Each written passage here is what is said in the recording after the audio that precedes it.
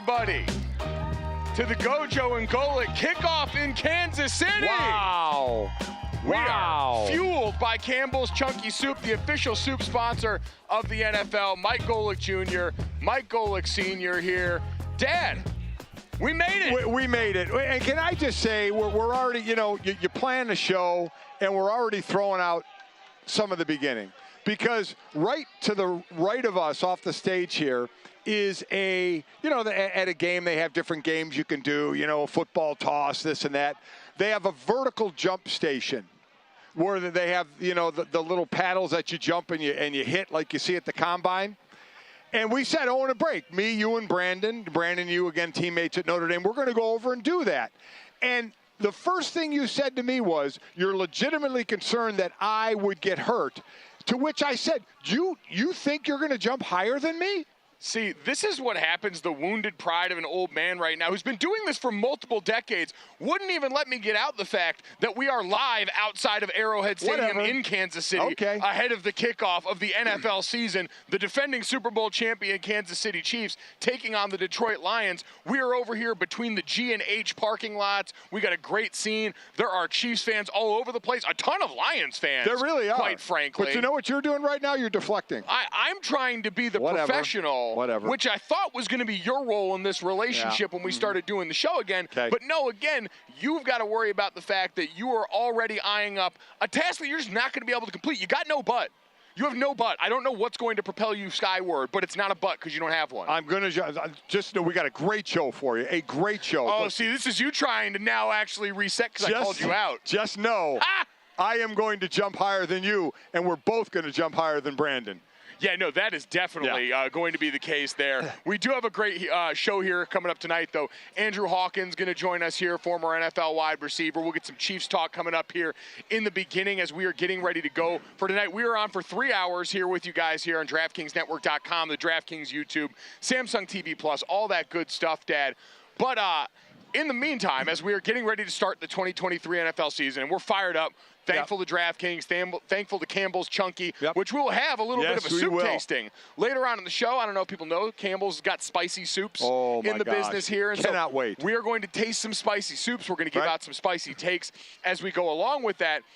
But as we're getting started, as we're getting ready for this game tonight, it feels like there's only one place to start, and really it's a twofold place here. And that's an update on two of the most important Chiefs. You're not kidding. Two of the most important players in this football game, both of which may not be playing tonight here, as we have got still the holdout going for Chiefs star defensive tackle Chris Jones and the potential injury surrounding Chiefs star tight end Travis Kelce. Dad, the latest we have seen on Travis Kelce as we get set to go for tonight is that he's going to be a game-time decision. It sounds like he's going to work out. He wants to play and go, this per Adam Schefter, Ian Rappaport. But ultimately, the decision is going to be made by the training staff of the Kansas City Chiefs to see if he is, in fact, ready for game time. Yeah, the Chris Jones part of it is easy. I don't care if Chris Jones signed right now. He's not going to play tonight. There's no way you would put him on the field after all the time he missed. But Travis Kelce, Travis is going to want to play. No doubt about that. So it's one of those situations where you got to take the helmet, away from the player. So he's going to warm up in before the game and see how he feels and talk to the trainers, and I'm sure he's going to be like, feels great, ready to go. If Andy Reid has any say of this, Andy's going to play the conservative side of this without question and say, listen, Travis, week one, we got 18 weeks, 17 games, and there is no need to put you out there now if you aren't 100%, just to let you start the season and have the potential of this lasting and lingering longer than it should when we're going to need you more toward the end of the season. So me personally, again, we don't know the severity of it. Sure. But we know the ACL is intact. We know that there's nothing long-term problems as far as that goes. It's a hyperextension, so you stretch some things going on in your knee, and if the swelling is down, you see how he can move in and out of breaks and such. I personally don't think he would play tonight. I don't think he should No, either. I agree. I guess that's the more operative word for me, because like you said, this is a team that knows who it is, where its goals are, and where it's trying to get, and it's the long-term run. It's the backdrop for really both of the conversations around these players, Dad. So they've elevated one of their practice squad tight ends as a little bit of insurance for this as well. we've been used to Patrick Mahomes and this offense morphing to fit the personnel in the last couple of years. It's how they were able to trade away Tyreek Hill and morph into an offense that used more multiple tight end sets last year, was dinking and dunking a little more than the over-the-top passing game prior to that. But I still look at this and say the biggest difference between Travis Kelce's situation and Chris Jones' situation is Travis Kelce's been there all preseason. Exactly right. Travis Kelce's been there most of the lead up preparing for this game, and now all of a sudden, in the middle of game week, a short game week no less, although they've been preparing for it differently in the lead up, now you're losing him as a part of that game plan that you had eyes for him in all along. And he's a monster part of the game plan, and Noah Gray is not going to be that monster part of the game plan. So you have still an effective player, but not quite future Hall of Famer Travis Kelce. Travis Kelce. You have him, you have Blake Bell, and as Mike mentioned, elevating Matt Bushman off the practice squad to be another body in there. But remember, Kansas City kept 7 wide receivers on their initial 53-man roster as opposed to last year when they had 5. So they do have extra receivers out there. So the biggest thing is what you said, and you're right. They have been used to practicing and playing without Chris Jones right now, but they have not been used to practicing or playing, getting ready to play without Travis Kelce. So that is a shift in game plan, which will be a shift in what Detroit is going to do and how they would cover. We know the type of coverage you have to have on a Travis Kelce, a guy that's going to be a Hall of Famer. Now he's not there, so that will change and make it a little bit easier for the Detroit Lions, where that has been the biggest part of the defense that they needed to work on, is that back 7, especially that secondary. That's the bigger question mark of the team, the defensive side of the ball, not the offensive side of the ball for the Lions. And so that question mark leads us to the other player in this is Chris Jones, which fascinating situation going on with Chris Jones right now. As we know, he's been away from the team, holding out, wants a new contract, believe he deserves to be paid closer to that top end, those Aaron Donald numbers north of $30 million a year in his contract. And we ended up seeing even a little bit of an impromptu press conference from him at a charity event the other day. Listen to Chris Jones speaking and being an adult saying butthole in public. Right now it's week 1. So we should see how this thing goes. Things can change in a amount of days. It's 24 hours in a day, right? So it's 24 hours for, for feelings to change, positions to change, and situations to change, man. All we can do is take it an hour at a time, right? What's your message to Chiefs fans? And what can I say? Opinions are like buttholes. Everybody got them and they all stink, right? So, and some gonna like it, some gonna respect it, and some is gonna dislike it. That's just the way it is. You can't make everybody happy, unfortunately. As much as you try to do and much you try to appease people, you're not gonna make everyone happy. Unfortunately, I'm sorry. And I'm just asking for a raise, right? Chris, Thank you. That has got to be one of the most physically imposing men to ever say butthole on camera. Yeah, that's exactly right. And I listen, we all understand the context of it. We've heard that saying before. I love at the end, I'm just looking for a little raise. He's supposed to make $19 million this year, and let's be honest, he's looking for Aaron Donald money. Aaron Donald makes average year is $31.7. Yeah. So that's the area he wants to be. It's not going to be Nick Bosa money. Nick Bosa just signed, got 170, 122 guaranteed. We'll get to that. It's not going to be that, but he'd like closer to Aaron Donald money, because right now for that interior D line, it's Aaron Donald at 31.7. Then the next closest, I think now, is Quinnen Williams at like 24 million-ish in that area. And I think Chris Jones, if nothing else, wants to at least be the second defensive tackle, maybe behind Aaron Donald, if not above Aaron Donald, on the pay scale route. And this is a situation we've talked ad nauseum during this process about leverage and what it looks like in all the different situations here. And Chris Jones has said he'd be willing to sit out through week 8. He just said there, hey, things can change. You never know. There's 24 hours, yada, yada, yada. Yeah. Bottom line is we're not going to see him out there tonight. No. And because of that, the thing becomes how that leverage swings in a game where you've got probably 2 of the top 5, at least top 10 offensive lines in the NFL going up against each other tonight. That Lions offensive line is going to be looking at the Chiefs defensive front right now that is going to be thin in the middle and without the best pass rusher on that team and a guy who's a factor in the run game, and licking their chops with what they want to do.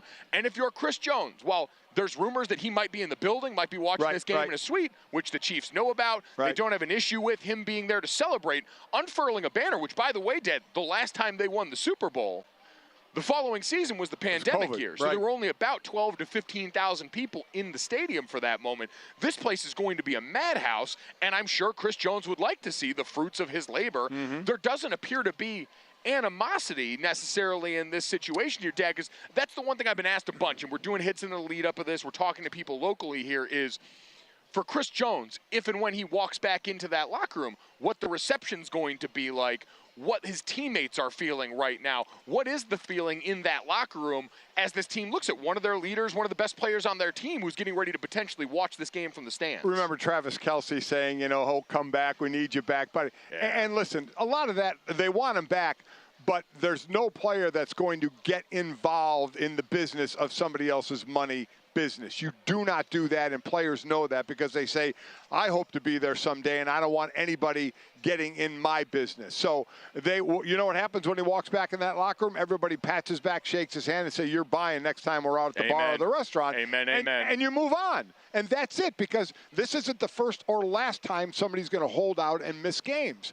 But Chris Jones feels strongly about it. His teammates, while they want him on the field, the coaching staff, while they want him on the field, understands there is a business part to this game, and players only get so many times to ring the bell. And I know there's going to be a lot of people saying you signed the contract, you're supposed to make $19 million this year, live with that. That's not how it works. When you have X amount of years and you have the leverage, hammer, and you can swing it. He's trying to swing it right now. We need to get you a leverage hammer. I know. I do need a hammer. I use that line a lot. You used to have the Golic hammer. I did have the Golic hammer. We need to get you an actual leverage hammer here. Somebody in this process start to figure that out. But as Andy Reid or any coach would say in preparing for the season, we prepare with the guys that are here. That sounds cliche-ish because it is, but it's also true. Holdouts at this point, if they're not going to play, are like injured players. They're ghosts. Sure. They're not around. Sure. They're not in the game plan, so you can't worry about it. That's management's job to worry about it. That's Chris Jones and his team is to worry about it. Andy Reid, the coaching staff, and the players, they don't worry about it. Next man up, step up, do the job. You're on a 53-man roster. You're expected to do the job if you get the chance. Now, no one's going to do the job as well as Chris Jones is, but it's somebody else getting an opportunity to get a lot of snaps because Chris Jones isn't in there. But as you mentioned, this O-line for Detroit is a really good offensive line, so that blocking scheme may change up front. Let me ask you, you were an O-lineman. If a great player on the other team wasn't in the game, would you be in the preparing going, oh, man, I'm glad he's not there, or, man, I wish he was there, or I want to block against the best? I could say that silly notion that you want to go out and do it against the best. I'll always go back to 2012. We played a national championship and got our butts whooped against Alabama. I'd have much rather Kansas State just taking care of business against Baylor that year. I'd have sacrificed being ranked #1 to get to play them, because I'm sorry, Kansas State fans, I love you guys. Colin Klein's a great guy. Doing a great job as the offensive coordinator. God, we would have wore you all out. Yeah, you would have. I'd have been wearing a big fat ring right now. So, no, you don't want to always play the best. You want to open up the season with a nice soft landing spot. That being said, Dad, we'll talk to Pete Sweeney in a little bit, the editor-in-chief over at Arrowhead Pride and SB Nation, about some of the specific matchups for Kansas City, guys who might have to step up. When you think about that defense, might not be in the defensive tackle room. George Karlaftis, one of their top draft picks from last year. You look at this year, Felix Anudike-Uzomah, the great pass rusher, defensive end out of Kansas State. Speaking of purple, going to both maybe have to affect that. And we know, listen, Spags is also going to want to send the house all the time. So this is just how that guy gets down. He is, but where is Detroit going to attack? You know, they have Jahmyr Gibbs. You have Ben Johnson, the old coordinator, back again for this team after getting looks at head coaching jobs. So are you going to attack between the tackles because Chris Jones isn't there, which could make the defense have to pack in a little bit, which could then open up some wide things for either Jahmyr Gibbs or they got a David Montgomery in who can catch the ball out of the backfield. So, and this is a Lions offense that was one of the best in the league last year and put up a ton of points. So let's look big picture at the Lions. Now, like I said, we'll dive even more into the Chiefs. But again, that's the latest on their two biggest players going into the night that won't be on the field. Dad, for the Lions, this is the first time for them being on the field opening up the NFL season. They started last year off 1-6. They ended up flirting, getting close, right up to the last game, watching to see if they were going to make the playoffs inside the locker room there. Ultimately find out they weren't, but able to thwart Green Bay's attempt at making it into the postseason for there. So they've been the plucky underdog. We've done every Dan Campbell meme about knee biting and all that stuff. Do you think they're ready this year to be the hunted on the other side right now? They walk into this season, the odds-on favorite to win the NFC North that feels like the lid's been lifted without Aaron Rodgers there. Do you think they're ready for this? I don't know about if I would call them the hunted because they haven't been in that position. They still need to earn that. There's expectations the on them expectation, for the first time I think, in a long time. is a big word, and it's not just because of them. It's because now Aaron Rodgers is out of that division. Yes. Even though Minnesota, smoked that division by like 4 games last year, even with a bad defense. The expectations for Detroit, everybody's putting them on them, and I'm sure Dan Campbell is putting it on the players, and the players are putting it on themselves. This is the beauty of starting out 0-0. You have high expectations, and some of the moves they made, especially on the offensive side of the ball, the confidence they have between the running game and the passing game because of what they did last year. To me, the question for them is going to be, did they do enough on defense to figure that out and get better there? But yeah, I think they'll be able to handle expectations. They were flirting with that last year, and I think they got a little bit of a taste of it that says, okay, let's go the rest of the way. We saw as the season went along, and we've seen a lot right now. We're staring at Aiden Hutchinson jerseys. Guys, looking forward to that group up front taking the next step. But really the focus tonight, I think, is going to be on the back end, too. When you look at Cam Sutton, C.J. Gardner-Johnson, Brian Branch, one of their top picks out of Alabama, an almost entirely new secondary trying to go up against the Chiefs offense that, won't have his best shot. But you've got one of the best play designers in football there. I know you've got Matt Nagy back here before who's been around. But it's Andy Reid's offense. We know it's always kind of been add to but not in place of. They're going to get a stress test, really, both of these teams' chief concerns coming in. Chiefs up front on defense going to get stressed by that Lions offensive line, and then that Chiefs or Lions back end. Can it hold up against all of those guys right now? As you're looking at, Dad, maybe a different challenge in its own right when you've got Sky Moore, Kadarius Toney, Marquez Valdez-Scantling. It's guys that can do different things that Andy Reid's always been able to jigsaw piece around a couple of their mainstays. And they've done it after losing Tyreek Hill. Well, what's going to happen with Tyreek Hill? What's going to happen when defenses started playing Patrick Mahomes a little differently, and all of a sudden they weren't as successful? They figure it out and they adapt. That's what they do well. Look at this year now. So Travis Kelce probably going to be out. I'm going to go with that.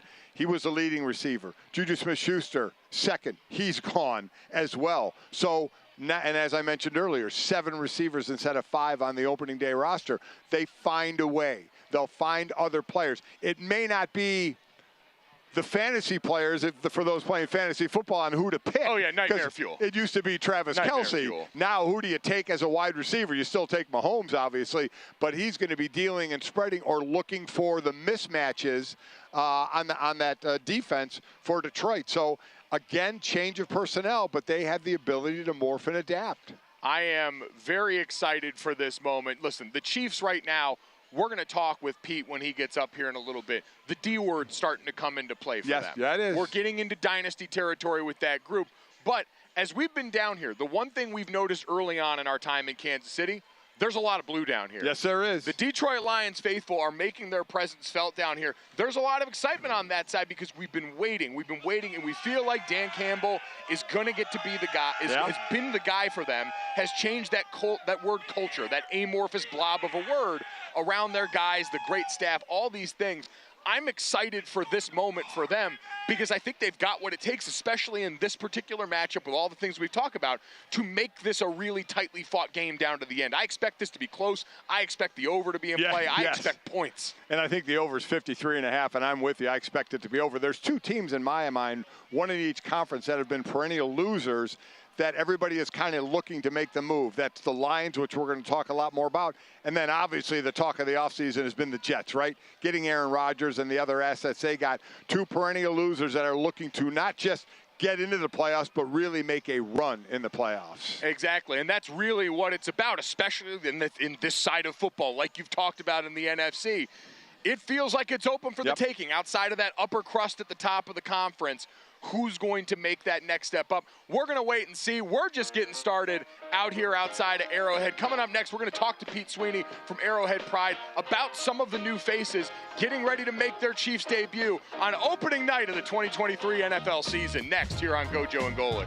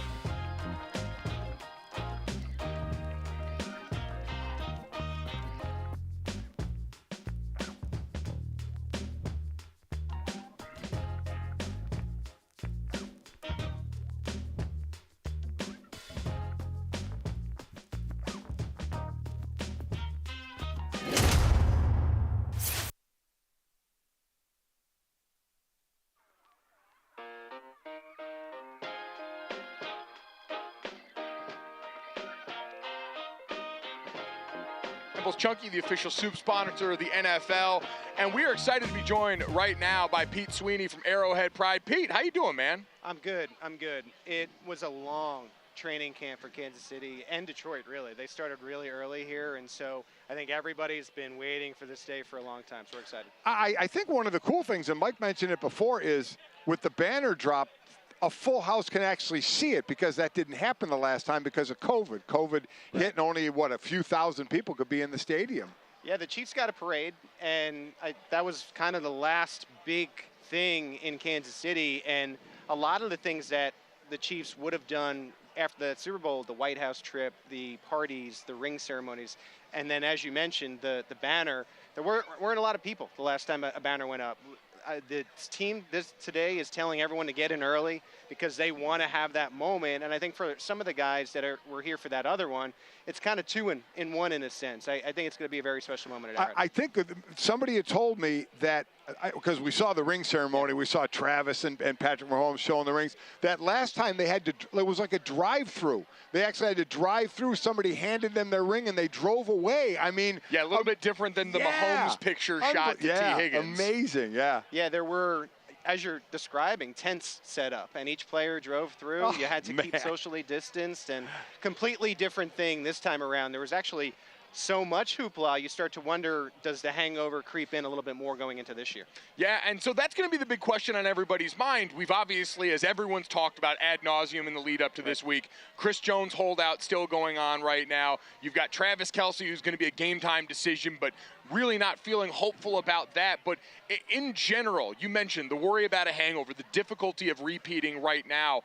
What is the feeling around this Chiefs team here locally coming off of a long training camp like you mentioned? Well, people are pumped up. I think they really feel like they are on a cusp of something really special, historically special, when you talk about that New England Patriots type of deal of just the fact that, you look behind us at Arrowhead Stadium, they've hosted 5 straight AFC title games, only came away with the 2 Super Bowl wins, but they still feel like here in Kansas City, they have the makings of that next great dynasty, and we'll see about that, really. Are you attaching the D word just yet, or are you waiting? Andy Reid and Patrick Mahomes don't want to say the D word. Travis Kelce's never afraid to say the D word, and I join him in that. I just You think now they are? I think they need one more. I think one more would solidify it for everybody. I think right now you do have the waffling. For me, I go back to that AFC title thing. Just hosting 5 games in your own building. I know they didn't win the bye every time. Certain circumstances had to happen, but you got to put yourself in position to do that, even if you're the number 2,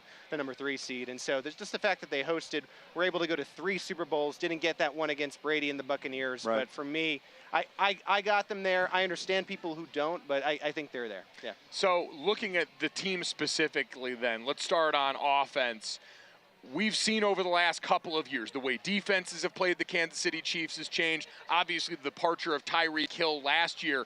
Yeah. Who's the player that people are looking at outside the obvious Mahomes and Kelce matchup when they're on the field together? But who's the player on this offense now that people are starting to look at and get excited about? For me, it's Sky Moore. And I think a lot of people in Kansas City are excited about Sky Moore. I'm not sure if he's getting enough of that national buzz. He's a second-year wide receiver just like everybody else. And the thing that stands out about Sky Moore is Patrick Mahomes brings these guys down to Texas even before OTAs. He has a couple weeks where he's down there, and guys can come and go as they please. Sky Moore was down there for every single day, and I think it really translated during training camp. You've seen him become a go-to target of sorts. Juju Smith-Schuster isn't here anymore. Yep. He was such a key factor in the Super Bowl. I think Sky Moore becomes that chain mover, that go-to target when Kelce's bracketed, he's doubled, or tonight, potentially not playing. Sky Moore, 22 receptions last year, so it's definitely looking to make that next jump to the next level. And speaking of tight end, so again, we're kind of playing it like Kelce's not going to play or be a big factor or play much. What do people need to know about Noah Gray coming in? Obviously, he's not going to be Travis Kelce, but what can the expectations be from that position? Yeah, 5th rounder from a couple years ago out of Duke. Only had 3 drops during college and has sort of lived in the shadow behind Travis Kelce. Everybody does, though. The last couple of years. And you know what? Quietly, he's become probably the best blocking tight end on the team. That goes along with some of the offensive power that I think he has. And I think he's been waiting for a moment like this. Kelce's pretty durable, pretty available. Not to say that you ever want to see anyone go down, but I think this is an opportunity for him to really step up into the spotlight and show what he can do. I think there were times at training camps before where he's kind of flashed as that baby Kelsey type of deal, and we'll see if it pans out tonight. I think Noah Gray is ready for the moment. He was surrounded by media members in the locker room, and he says, we just trust in Coach Reid's game plan. And so the thing that'll be missing tonight is that Kelsey-Mahomes mind meld if he doesn't play. But I think Noah Gray can do enough for them to put themselves in position to win. Offensively, I think it's interesting. We talk about the tight end room, and we saw more of them on the field together last year than the entirety of Patrick Mahomes and Andy Reid's time together leading up to that. I think they had more snaps of 3 tight end snaps last year than in those years combined. But that's also because you had the offensive line you had last year that's become, as they've hockey line changed so much of that group, they've built up that great young core on the inside here. What's the feeling around the new tackles here? You've got Donovan Smith on one side, Juwan Taylor, who they brought over, who's seen as more of an upside play, but are we not making a big enough deal about the fact that you've got 2 new edge guys there with the departure of Orlando Brown, too? Well, we heard from Patrick Mahomes early in the preseason and as they were getting into the games, and one of the things that stuck out to me is he said, I like to get my first hit, and so that's a great pseudo Patrick Mahomes. It was good. Stuck out right there, too. And as it turned out, by the end of the preseason, he never got hit. He never was touched. So the first time he gets a quarterback hit, he's pressured, he's sacked tonight. That's going to be his first hit of the preseason and regular season.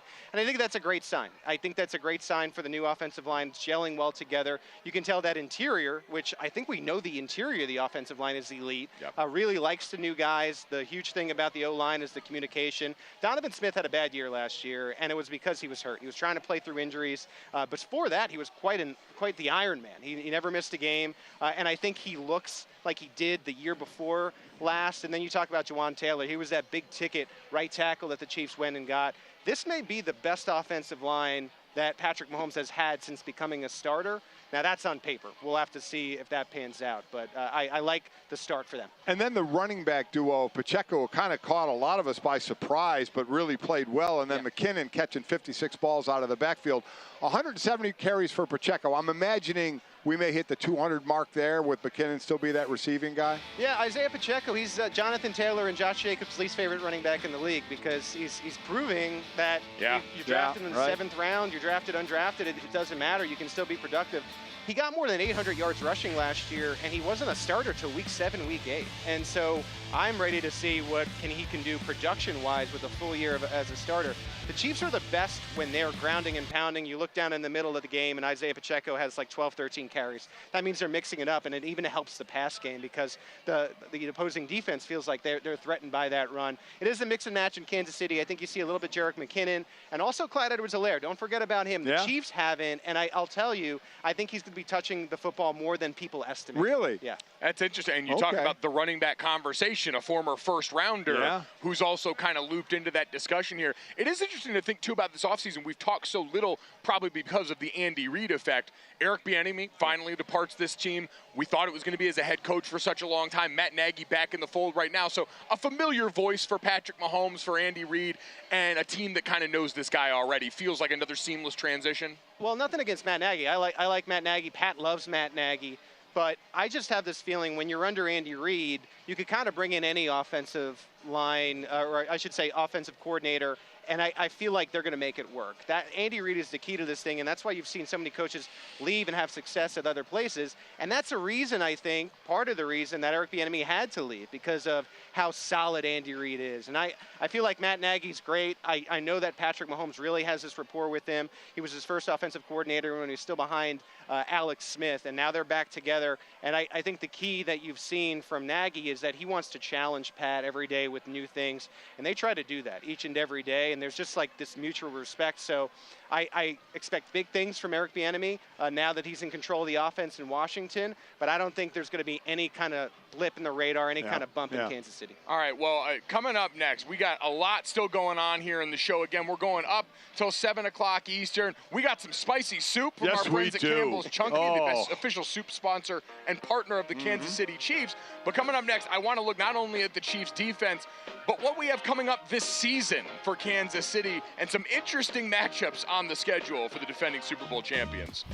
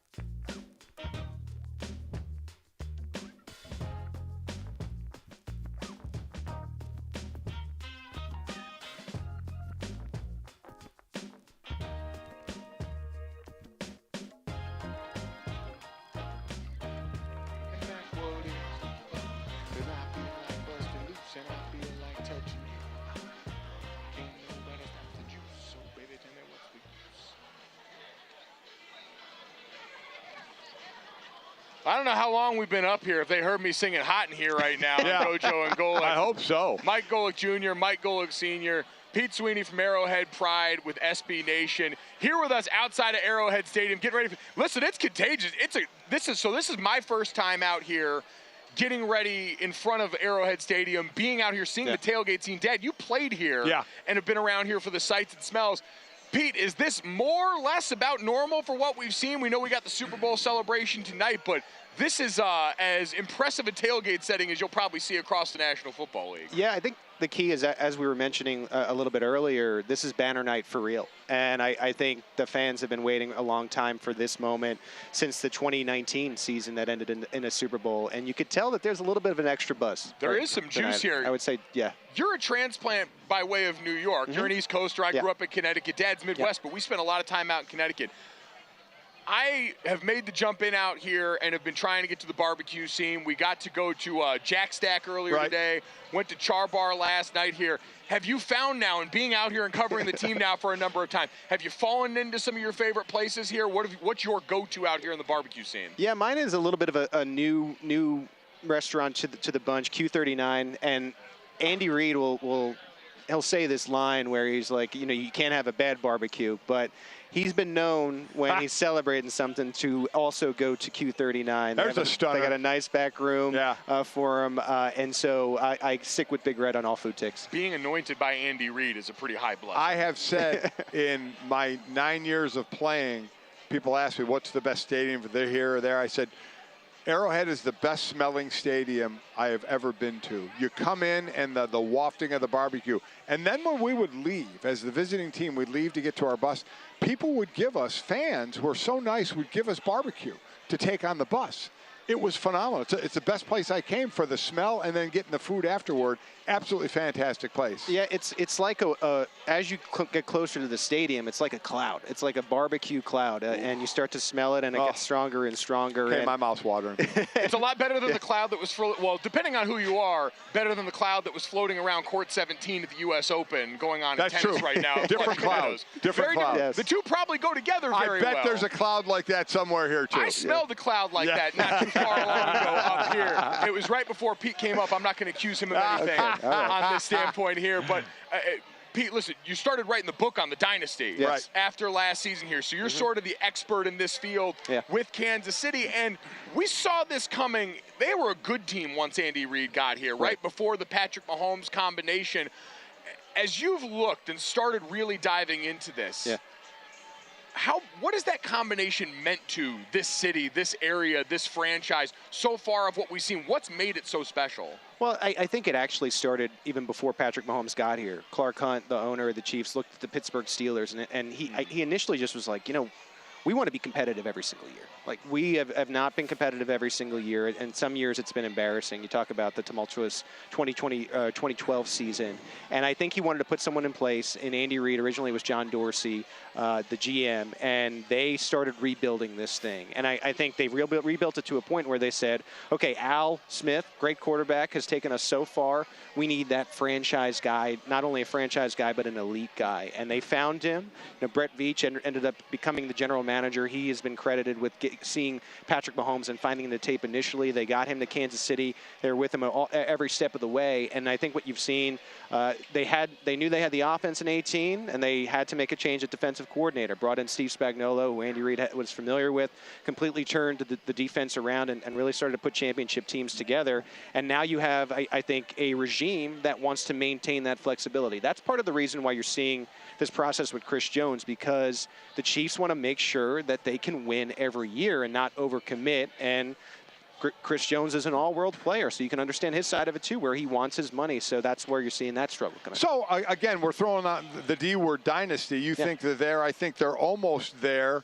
One of the ways you're going to get there is by having great players on your team. And Chris Jones is one of those. Chris Jones is a dominant interior defensive lineman in the league, one of the most dominant, if not the most dominant. So he's a guy you want to have on your team. So where do you think this thing go? Do we really think he sits till week 8? Because again, if people don't know, he's going to have to come back if he wants this year to count. He has to get X amount of games, and he can't sit for the entire year.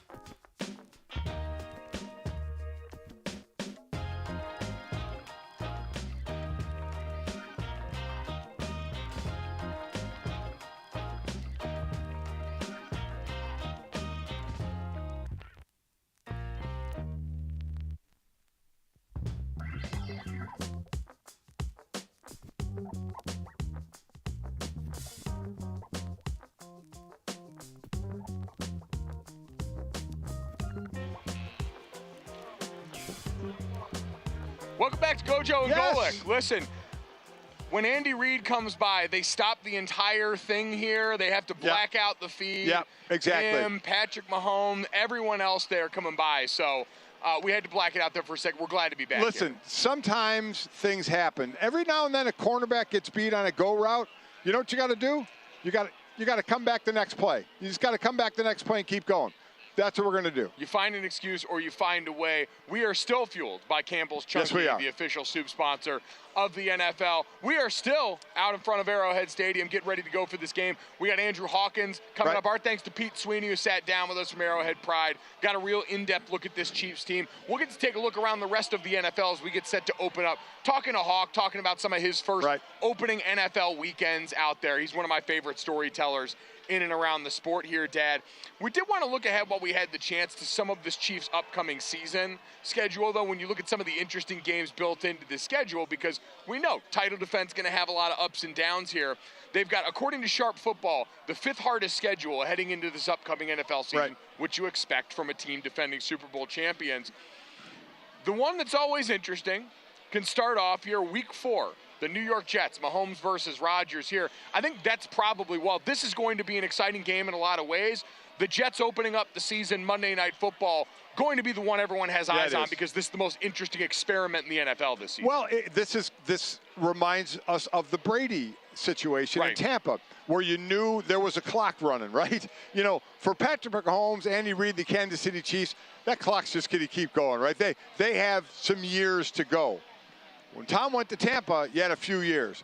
Aaron Rodgers now at the Jets, couple years, 2 years we're thinking. Yeah. Tops, maybe 3, but I think maybe 2 years. So they got to make hay right now. And if they don't, and that means a Super Bowl, then it's a failed experiment for them. So they are throwing everything into this, which they should. Like we said, Tampa did it. The Rams did it by not having a draft pick till the year 2099, and now they stink. But they won a Super Bowl, so it's all worth it. So that's where the Jets are right now. So the Jets throwing everything in the kitchen sink. They'll have one of the best defenses in the NFL. That'll really, to me, that's the matchup. That defense against Mahomes in this Kansas City offense. Yeah, that's going to be very exciting. Maybe the deepest front four in all of the NFL here. New money, Quinn Williams. Yeah. Chris Jones looking longingly and say, see how easy it was when you pay the nice man over on that side. Dad, week 8, the Denver Broncos inside the division in the AFC West. the reclamation project to end them all. Sean Payton trying to revive Russell Wilson, making fun of him for kissing babies here. But I think an even bigger thing, already injuries to the wide receiver core at the start of the season.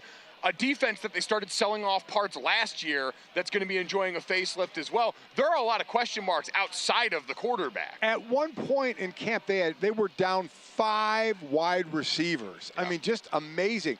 Here's the thing to me. I mean, you have Sean Payton, a renowned offensive head coach, but offensive-minded coach. Russell Wilson, basically a Hall of Fame career before he got to Denver, right? And then just horrible last year. And now you have these guys coming together where Sean Payton is a play from the pocket, go through your reads, get rid of the ball guy. And Russell Wilson isn't. Russell Wilson is I'm going to scramble, I'm going to make hay, I'm going to make something happen outside, or I'm going to run. So I'm really interested to see how these two come together. They are steps below Kansas City, without question. But the big question to me is how Sean Payton and Russell Wilson, who have had some interesting conversations, it seems, are going to coexist on the field. I mean, the interesting conversation has been more of a dictation. It's been Sean Payton coming in and saying, we're going to do things my way. You mentioned the offensive fit. I've seen a lot of people point out they expect more of like that 2021 Jameis Winston, Taysom Hill offense that's going to use more play action, that's going to get Russ out on the move, that's going to do the things that come a little more naturally to him. You also have to wonder about that offensive line that he's going to be playing behind there with Garrett Bowles. Can they get him back to the form from a couple years ago? Mike Munchak had made him into a Pro Bowl guy. They went and spent all that money on Mike McGlinchey, the 49ers former offensive tackle, who's now going to be lining up on the right side for them. Can they handle business on that front? Dad, the last interesting one on the schedule there, Week 9, Miami, the return of Tyreek Hill. There's been a lot to say beforehand. There's been a lot to say after. It seems to be less of a storyline going into this season, but more of an ever-present threat to the secondary that knows all too well. Well, that's exactly right. The deep threat that he is, and the fact that Miami has on paper one of the best rosters in the NFL. I mean, I think they are primed to win the AFC East with this roster. Now, again, you got to play the games. The game isn't on paper. But we keep saying if Tua stays healthy. And unfortunately for Tua, that's been a big if. I mean, he even came into the league with the hip from Alabama. We know about the concussions last year. But that offense was humming when he was in there. He was an MVP conversation at the first 5 weeks of the season. And then, went to hell in a handbasket, that offense, once he got hurt. So Tyreek Hill, Jalen Waddle, that defense, which I think is an excellent defense. I mean, this team is primed to be one of the better teams in the NFL. Vic Fangio going to have a completely different look and feel to that defense. We'll see what it means for guys like Christian Wilkins, Jalen Phillips on the edge there, who are going to be looking to affect Patrick Mahomes early and often. We are just getting started. Speaking of early and often, we're going to take you all the way up to close to kickoff and get a little help from one of our favorites next as we look at some of the best wide receivers around the league. Stick with us. It's GoJo and Golic.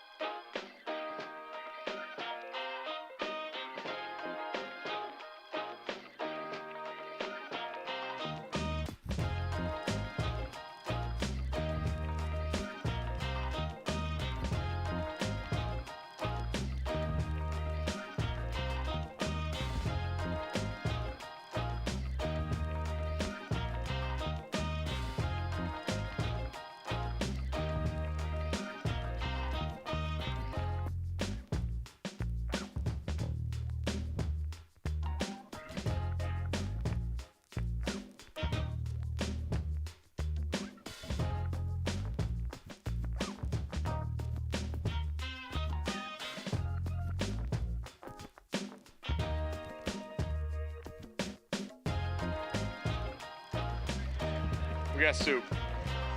Oh, they got.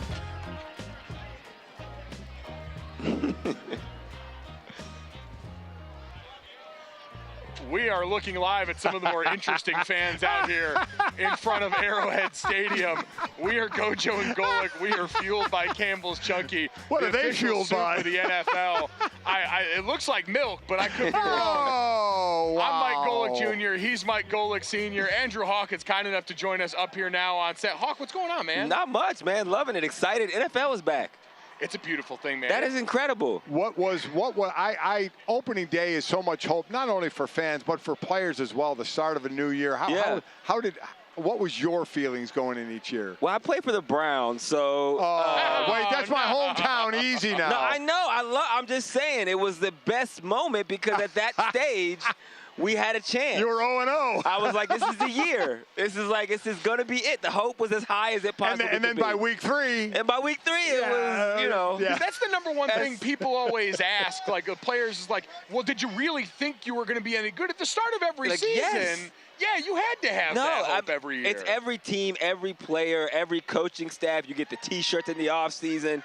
4 quarters every game and they have the Lombardi trophy.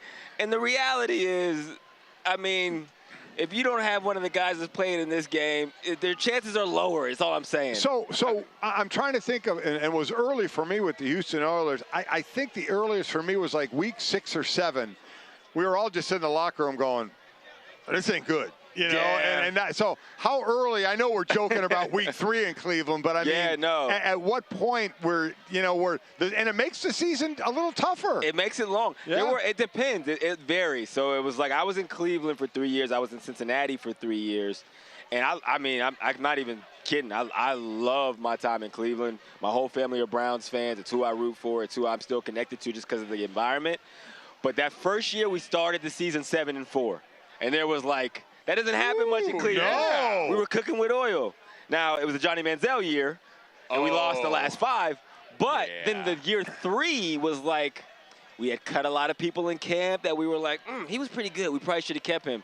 And there was a lot of rookies around. And that was like my last year I played in the league, and I would go into games, and I would look across the field, and I would be like, we don't have a chance to win. And I had never experienced that in football, and that's how I knew it was like, yeah, it's my time to go. And the toughest part is when you know some players have checked out. We also got they had the U-Haul attached to the car, you know, in the parking lot. You're trying not to get injured so it doesn't ruin your offseason. Everybody's kind of playing for themselves, you know, for that next contract or something. And like, how much does that change as you go along? Like, with your career trajectory, like, do you remember your first opening NFL game of your NFL career, how different that felt versus how it felt later on once you kind of had that understanding of what you were walking into? Yeah, I think, it waned a little bit as it went on. But I will say, like, even in that last year, you still have to have the unrealistic kind of confidence in you, your teammates, the people around you, your coaches, but you're being fed. Because otherwise, an NFL season is long. There's no other way to make it through. If you go through with a pessimistic look on like what's going to happen, it will make a long season feel unbearable and probably 10 times longer. I was on IR my first year in Houston in 1985. I came back in 86. My first tackle in my first game was Walter Payton. I mean, and people are always like, wow, what was that? Like I said, at the time, it was just a number. Right. You know, it was a play up the middle. I made the tackle. I got up. You know, I do what I normally do, step on their hand or something, you know, when I get up. And, you know, I just think Dominican Sue on. I always have to tell people every dirty thing I ever learned about football, I learned from my father. Yeah. Now, I'll how say, the game was played. Later in that game, there was a wide play that I was out, and next thing I knew, I was on the ground. He was running down the field. Yeah. But you don't even think about it at the time. But now knowing, I was like, man, that's incredible, Payton, man. I know. That's incredible. I wish my career kind of kept going that way. Yeah, but, we've all been there, but that's how the ranking system works. Yeah.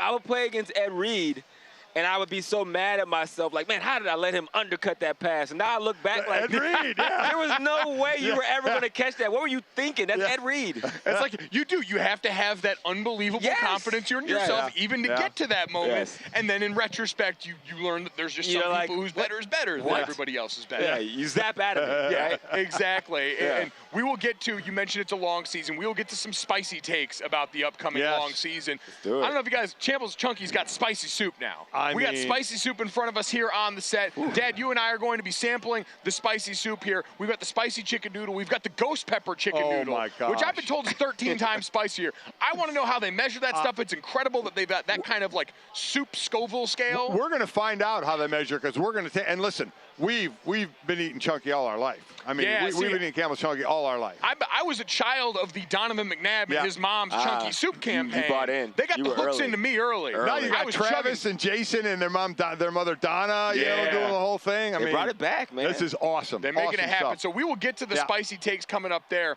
But I want to look at this game tonight with you, Hawk. And we've talked a lot about the Chiefs, and I want to get there eventually. But you mentioned playing for a team that was known as a perennial loser, that you were trying every year to sort of revitalize there. That's been the Detroit Lions for a long time now. Their first appearance on NFL opening night. As you now have been through the league as a player, as you cover the league now, what's the toughest part about a team like that trying to make the jump now into a team with real expectations on them?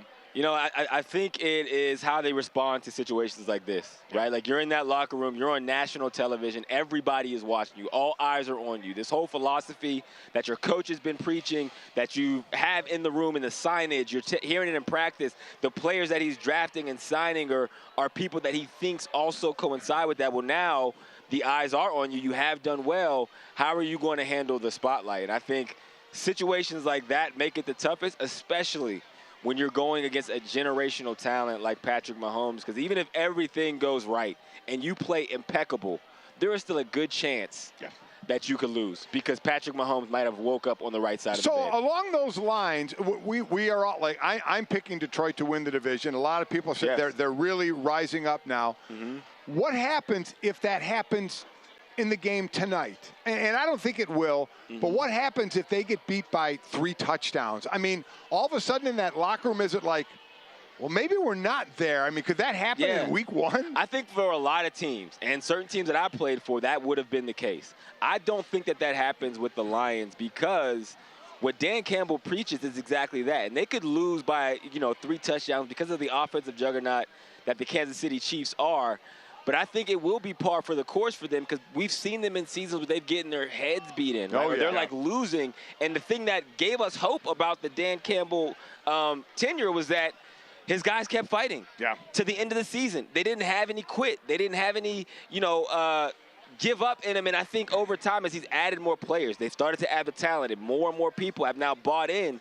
It really is a way of life. So it does test that philosophy.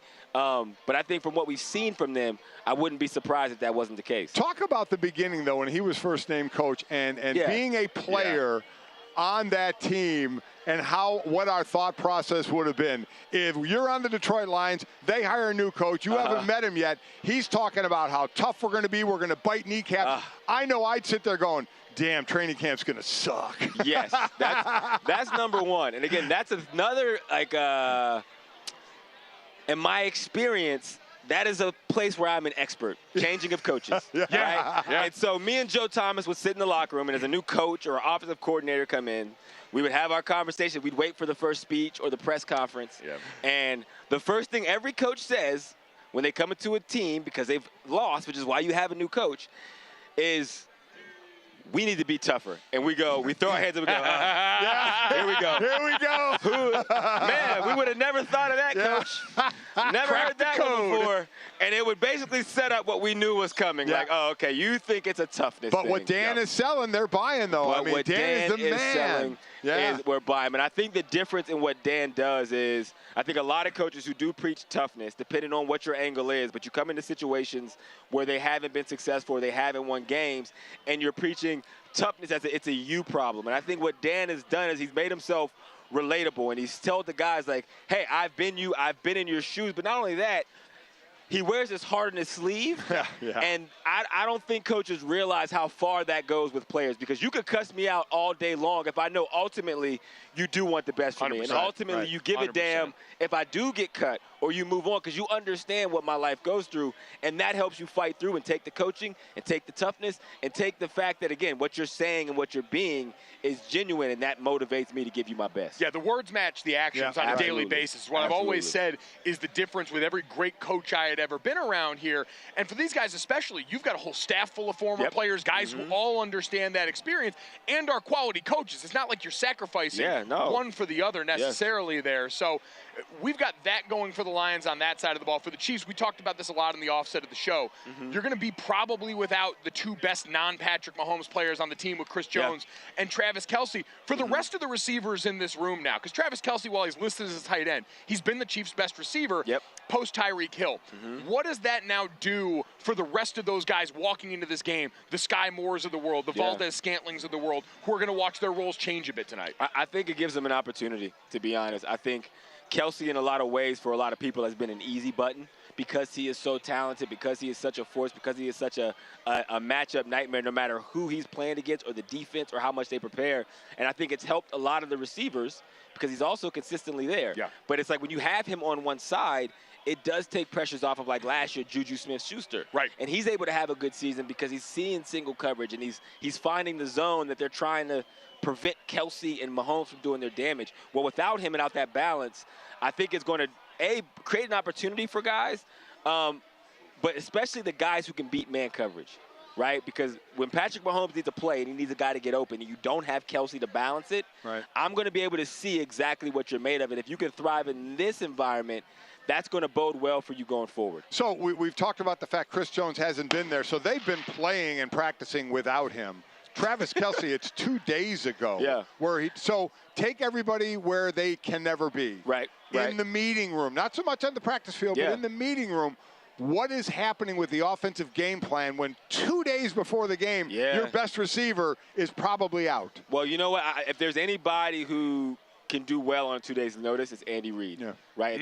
This isn't him like getting hurt in the middle of the game and you're having to reshuffle a bunch of things. But I think also Patrick Mahomes, the last time they played without Kelce, they beat the Steelers 36-10. Byron Pringle, you know who that is? Byron Pringle had his career game, right? And it's like the next man up. It's more probably a mentality that Andy Reid is coaching them, and he's more focused on Patrick Mahomes. And Mahomes has been here before. It's going to get the ball out of your hands quicker. It's going to, again, rely more on man coverage, not only because Kelce is not there, but also it's the first game of the season. And what happens is there's the chaos of the unknown, which is like we prepared, but we don't know exactly what we're going to see. So no matter what, it's probably just going to come down to can you beat the man across from you. And so I think Andy Reid is preaching that, and more philosophy. It is an opportunity. It is next man up. Next man up. Right? This is we want to see what you have. It's cliche heaven right here. Every cliche that you can imagine, Andy Reid is throwing in there right now. Busted out over the top of that one, no doubt about it. We're talking to Andrew Hawkins here, getting ready for kickoff of opening night of the NFL season. We're going to get to some spicy soup takes here in a second here. And Hawk, you're not going to eat the soup. Hawk's rate to eat liquids on air is pretty high. We couldn't afford that out here. It's crazy. It really spiked in the pandemic. So we're gonna get to that here soon. I want to get to one other wide receiver in this match though. We talked so much about the Chiefs. The Detroit Lions, we think of the ground game, we think of the offensive line. We're focused on Jahmyr Gibbs and what they're going to do with him. Amon-Ra St. Brown. Really fascinating guy, coming off a great season last year. Ben Johnson, his offensive coordinator, sticks around. What kind of ceiling do you think this player can have in the NFL? I think the sky is the limit because even in the situations we talked about when they weren't successful, one of the bright spots they had was Amon-Ra St. Brown because he can do so much, right? He's great at the point of contact. He's great catching the ball on 50-50. He can run after the catch. He has great routes. And so I think as he continues to develop, he is a guy that could end up being a top 5 receiver. I think he's probably already a top 10 receiver right now. And I think undercover, them signing Marvin Jones is going to help him a lot because Marvin Jones, which is crazy. I don't know if you know this, he's the oldest receiver in the NFL. Wow. He's 33. He is. He's the oldest receiver in the league. Wow. Which is nuts because he was one of my rookies in the Bengals, but 33 is not even that old. No, I mean, it's like how people treat sports old, like the minute you pass 30. Oh, he's so old. Right. Look at him overcoming his advanced age, his decrepit body. Right, his bad hips. But yeah, so Marvin has been like one of the most consistent wideouts in the league since he's been there. And his ability to run over the top, his ability to get open, his ability to take advantage when they are shading to a side, which he's been in his career, I think is going to really help Amon-Ra St. Brown out. All right. Amon-Ra St. Brown is a potential top 5 receiver. Seems like a spicy take. Let's get him even spicier now. Mild. Let's get some help from our friends here at Campbell's Chunky. So, again, they've got spicy soups now. I don't know if you're aware. They're doing spicy soups now. Make sure you try them. We have got the spicy chicken noodle right here. And we've got the ghost pepper chicken noodle again. Oh, boy. Again, the spicy chicken noodle compared to the ghost pepper, this is about 13 times hotter than the other one. So, Hawk, I'll let you start it off. We need a spicy take, and then we need a scalding take here. Let's start off with the spicy, and then Dad and I are going to try the soups and get ours. Spicy take, Russell Wilson and Kenny Pickett will be Pro Bowl quarterbacks after the season. Ooh, all right. Wow. All right, okay, that's pretty spicy. That's pretty spicy. That's pretty spicy. All right, we're going to eat. All right, Dad, let's try the soup, and then I'll get your spicy take, and I'll finish it off with mine, okay? All right, so this is the spicy chicken noodle we're going with here. Okay. That sounds spicy. That's spicy. So now you got 13 times that coming up. That's not your normal chicken soup right there. That's not Grandma's. Wow. This got a little kick. It's like more of the afterburn. It's a nice. It fits on the tongue really nice. You know what? It tastes really well, and then it goes boom, kind of pops you. Very cool. That was very John Madden-esque boom right there. All right, here's with the take, old man. Here's with the take. My take, Tyreek Hill will be the offensive player of the year. All right. He was second in yardage to Justin Jefferson, who won it last year. I don't know if that's as spicy as the soup. I don't know if that's as spicy as the soup, but I like it. The next one is the hot take.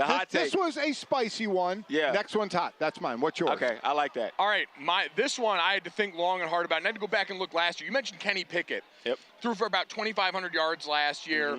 Didn't play all the, I think played and started in 13 games last year. And so I'm looking at the rookie quarterback class this year.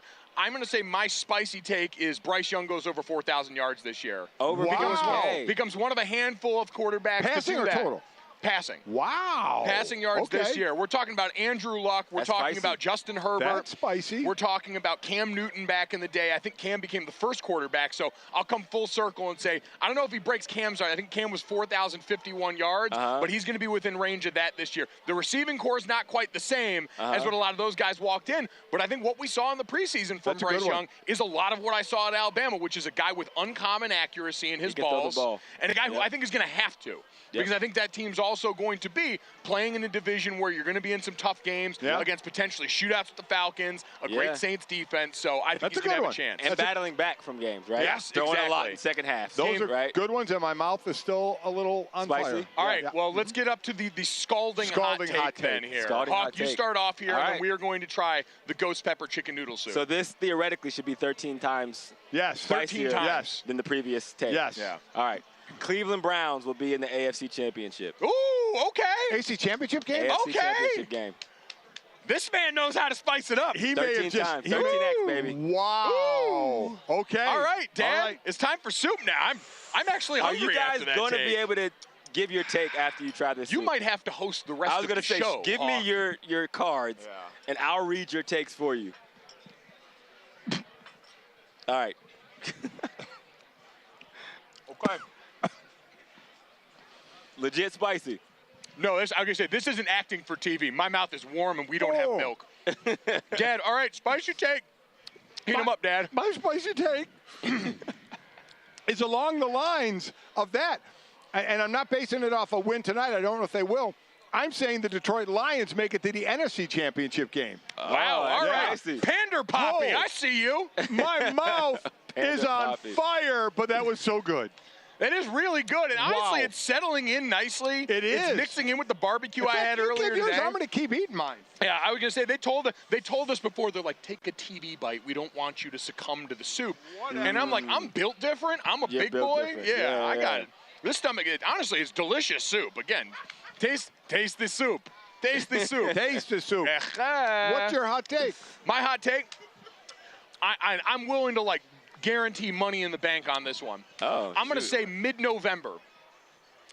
You're going to walk into TV Monday. You're going to turn on First Take. Stephen A. Smith's going to be sitting there with Shannon Sharp. And he's going to look up and say, Sam Darnold is the quarterback of the 49ers' future. We're going to have a 2-week stretch at some point in November this season. Sam Darnold's going to get on the field right now. I think we could see a little bit of Brock Purdy regression this season, and at some point he's going to see time out there, and somebody in the sports media sphere is going to be talking him up. About the future. That's as spicy as I can get for you here going into the season. Check, please. That might be 26X. We're going to try and recover here and get back to looking up to the upcoming NFL season next on GoJo and Golic.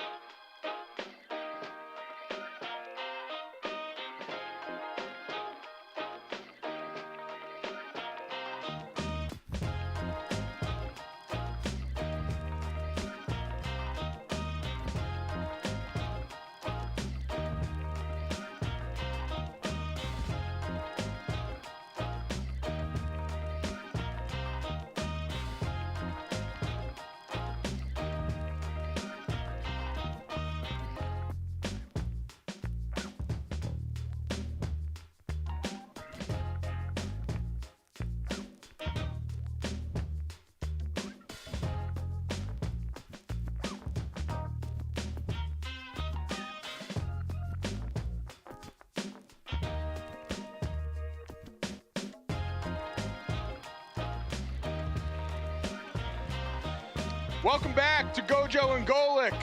Mike Golic Jr., Mike Golic Sr., Andrew Hawkins hanging out here out in front of Arrowhead Stadium, getting ready for the start of the 2023 NFL season. Hawk just watched me and Dad both absorb the Campbell's Chunky spicy soups we had up here. Were fueled by Campbell's Chunky, the official soup partner, proud partner of the Kansas City Chiefs. It's really good. I mean, it definitely was hot and spicy, but you guys hot guys? You could, Okay. definitely. I can say that makes sense. You know, I'd say I'm white. I'm not that white to where anything spicy just immediately melts me. You're not Dan O. Yeah. Oh my God. I can say you're going to see Andrew Hawkins a lot on NFL Live this upcoming fall, and you're going to have to hang out with Dan Orlovsky. Yes. And like maybe just sneak a little bit of salt onto his food in the cafeteria. So he has the worst food takes of all time. It's really terrible. They're bad. Horrible. They're bad. Yeah, they're bad. So thankfully the NFL takes are a lot better than that, and that's what they're paying him for anyway. And that's what we're excited to have you here, Hawk. I want to get to something where the world of college sports is going to meet the NFL here soon. Caleb Williams' dad had some interesting comments the other day relative to the draft, but as we're getting ready to open this season, so many people look at the Kansas City Chiefs as head-to-head right now with one of your old teams in the Cincinnati Bengals. Joe Burrow has gone into that organization and done the impossible, it seems like, willed them now to Super Bowl contending status. You guys had plenty of good years there. That combination of Andy Dalton for so long there was one that got you towards the playoffs, but now it seems like, do you think they're ready to take that next step and be Super Bowl champions? Yes. I think they've definitely shown and proved that not only are they ready to take that next step, that it wasn't a fluke, right? I think what they were able to do a year ago after coming off of that season where they were in the Super Bowl kind of showed that they believe not only that they have the ability, but they belong and they look at the Kansas City Chiefs in a different way than everyone else does. They don't back down from them. They get excited about the opportunity to compete against them, and they feel like they belong, and they want the opportunity to show everybody that they can knock them off. You know, as I think it's pretty evident, the AFC is the deeper conference. Are we still, we always say 1, 2, 3 is basically Kansas City, Cincinnati, Buffalo. Are we still there? Are we still Kansas City, Cincinnati? Is Buffalo still there? Has Miami jumped up? Is it Lamar Jackson and Todd Monken now with the Ravens? I mean, is there someone else that jumps in this top 3? And who would you knock out? That's an incredible question. I think it's the top 2. I don't think the Buffalo are in the top 3. Do you think their best chances behind them? I don't know if they don't have any more chance now than they've ever had. And that's how I view them. I don't think it's behind them, but I think, you know, like everybody, a lot of things have to go right, but I don't look at the Buffalo Bills and say, "Oh, they're one of the teams to beat," because we've seen this before, and in those moments they haven't shown that, whereas the Bengals and Joe Burrow specifically have. Patrick Mahomes, obviously, as we're here dropping banners, he does it consistently, and I don't think Josh Allen and the Buffalo Bills, with the roster they have, the talent they have on defense and offense, have shown that we should keep them in that tier. Have you read into any of the offseason strife around Stephon Diggs and Josh Allen? That quarterback-receiver relationship, always so important. Stephon Diggs has been instrumental to Josh Allen's growth when they brought him over there. It was different, but this offseason, we saw them actually have to address some things going into training camp. Does any of that worry you at the start of the season? Yes, absolutely. I don't think any of that is fake. You know, it's not like quarterback receiver beefs don't come from nowhere. Like, we don't all of a sudden say, "Oh, there's trouble there," and then when people are addressing it in a press conference, where there is smoke, there is fire. Now, I don't know what caused the issues. A lot of it, I think, is, you know, Josh Allen becomes a larger-than-life figure. I'm sure as every receiver does, you feel like you're the catalyst of it. The quarterback feels like he's it. Like the age-old thing goes, when two superstars are together, eventually somebody wants to own the credit. And that's typically where the partnerships go the opposite way. You know, and I agree with you. I think it is Kansas City and Cincinnati up here, and then Buffalo, the other teams are starting to either get even with them or pass them. So if neither Kansas City or Cincinnati is getting to the Super Bowl, what AFC team is? Beyond the Browns' hot, spicy take I gave you, I will you gave them in the AFC title game. You didn't put them in the Super Bowl. I didn't put them in the Super Bowl. I like the Ravens. I think Lamar Jackson is going to have a huge year. You know, everything that I've seen from Lamar, everything I've heard from him, everything that I've witnessed when I'm around him is he is singularly focused on winning a championship. And I truly think the whole contract saga over the last couple of years did them a disservice, and I think he'll be focused again and ready to get going. And, I mean, we've seen the receiving weapons they've plugged in there. Obviously, you got Odell Beckham Jr. there, brings a wealth of experience despite battling back from some injury. And then Zay Flowers, have you been surprised at how quickly and easily it seems like now rookie wideouts have come in and been able to make an impact with teams? I'm not surprised by it because I think what people are looking for in NFL receivers has changed. Like when I was coming out, we were all looking for the 6'4", 210-pound positioning, because then corners were like 5'10", 5'11". Sure. Right? Now the corners have grown. Now the corners are like 6 foot, 6'1", 6'2", which means they're not as good at changing direction. So now when we look at college receivers who can play right away, you're looking at route runners, explosion, and separation. Guys like Justin Jefferson, if you run routes like that and you can separate, then you can help any quarterback because the throws are easier. And that's what Zay Flowers does really well. Why? Because we're seeing running backs make so many catches out of the backfield as well, as many or more than wide receivers at time. You see Austin Eckler. Why is their value going down? They don't have as much of a horizon as far as a career, right? Like the NFL is all about potential. You get drafted based on the potential. It's not just stats. When you're in the league and you get contracts, we don't pay you for what you've done. We pay you for what you're going to do. Well, running backs in the NFL, in that moment where everybody else is reaching their peak, which is 27, 28, running backs are going the other way. And the other thing the NFL does even more than try to pinpoint potential, they try to get out before it's too late. When receivers hit 30, no matter what stat you have, we start pulling back because eventually time is going to catch up for you. And unfortunately for running backs, your peak time now is your first contract. And with the rookie wage scale and obviously where you're drafted, it's just not enough time, opportunity to make the money that they typically have in the past. So you mentioned time, money, potential. I want to look at something as the college players make the transition to the pro. The college games change, NIL's out there. It's a bigger factor than ever. Caleb Williams, the guy who's the presumptive #1 overall pick of the upcoming draft, reigning Heisman Trophy winner at SC. His dad came out the other day and made some comments basically insinuating that if they didn't like who was situated for that #1 pick, there's a thought that maybe with all that NIL money available, Caleb might go back to school for another year at USC. Hawk, do you think we're at a point where that's a viable option for players going up against a draft structure that we know isn't inherently fair to players, rewards bad teams and bad organizations for their incompetence? Do you think we're there yet? Yes. Yes, I do. Short answer. I think that I don't know exactly what the numbers are, but when you look at what a quarterback will make in his rookie deal, even if you are drafted #1 overall, there is potential to get not just a little bit more than you'll get on a per-year basis in the league in college, a lot more.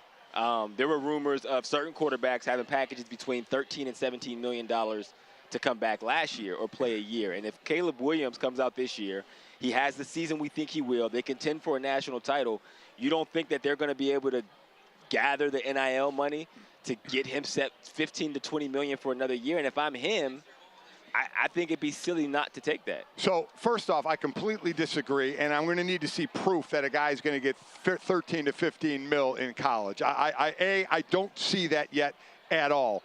B, if you are going to be the #1 pick in the draft, I don't care what your average annual salary is. You are guaranteed by the time he gets picked #1 next year. I think Bryce Young was about $25 to $27 million. So say $28, $30 million guaranteed in your pocket, as opposed to you not liking who has the #1 pick, you going back, say you make 8 to 10 mil, and I even think that could be high, and risking an injury. When you're guaranteed $30 million, I'll use this line I've used on TV a lot. No way on God's green earth will Caleb Williams, if he's going to be the #1 quarterback pick next year, will he go back to SC? I disagree. I think we're close. I don't know if we're there yet, just because to me, guarantee is the interesting word. These NIL contracts we're learning a lot about. And what does it look like if you're guaranteed for injury? And I think most importantly in all this is, for Caleb Williams, there's no guarantee that right now you still deal with a finite time limit in college for your draft status and for your eligibility. There's no guarantee that whoever holds the #1 pick the year after going to be in any better situation. And then all of a sudden you're opening yourself up to more risk for an uncertain amount of games. But I think we're close, and I think that's a good thing, because the draft is an inherently bunk system when it comes to you reward organizational incompetence, because structural parity dictated by the NFL is a lot easier than getting organizations to be better than anytime soon. It's not changing, but with the advent of NIL and what is available, we're inching closer to that. And maybe outright pay for play soon pushes that over the goal line. We'll wait and see what the goal line looks like there. Let's get to some old faces in new places and rule changes around the NFL next here on the show.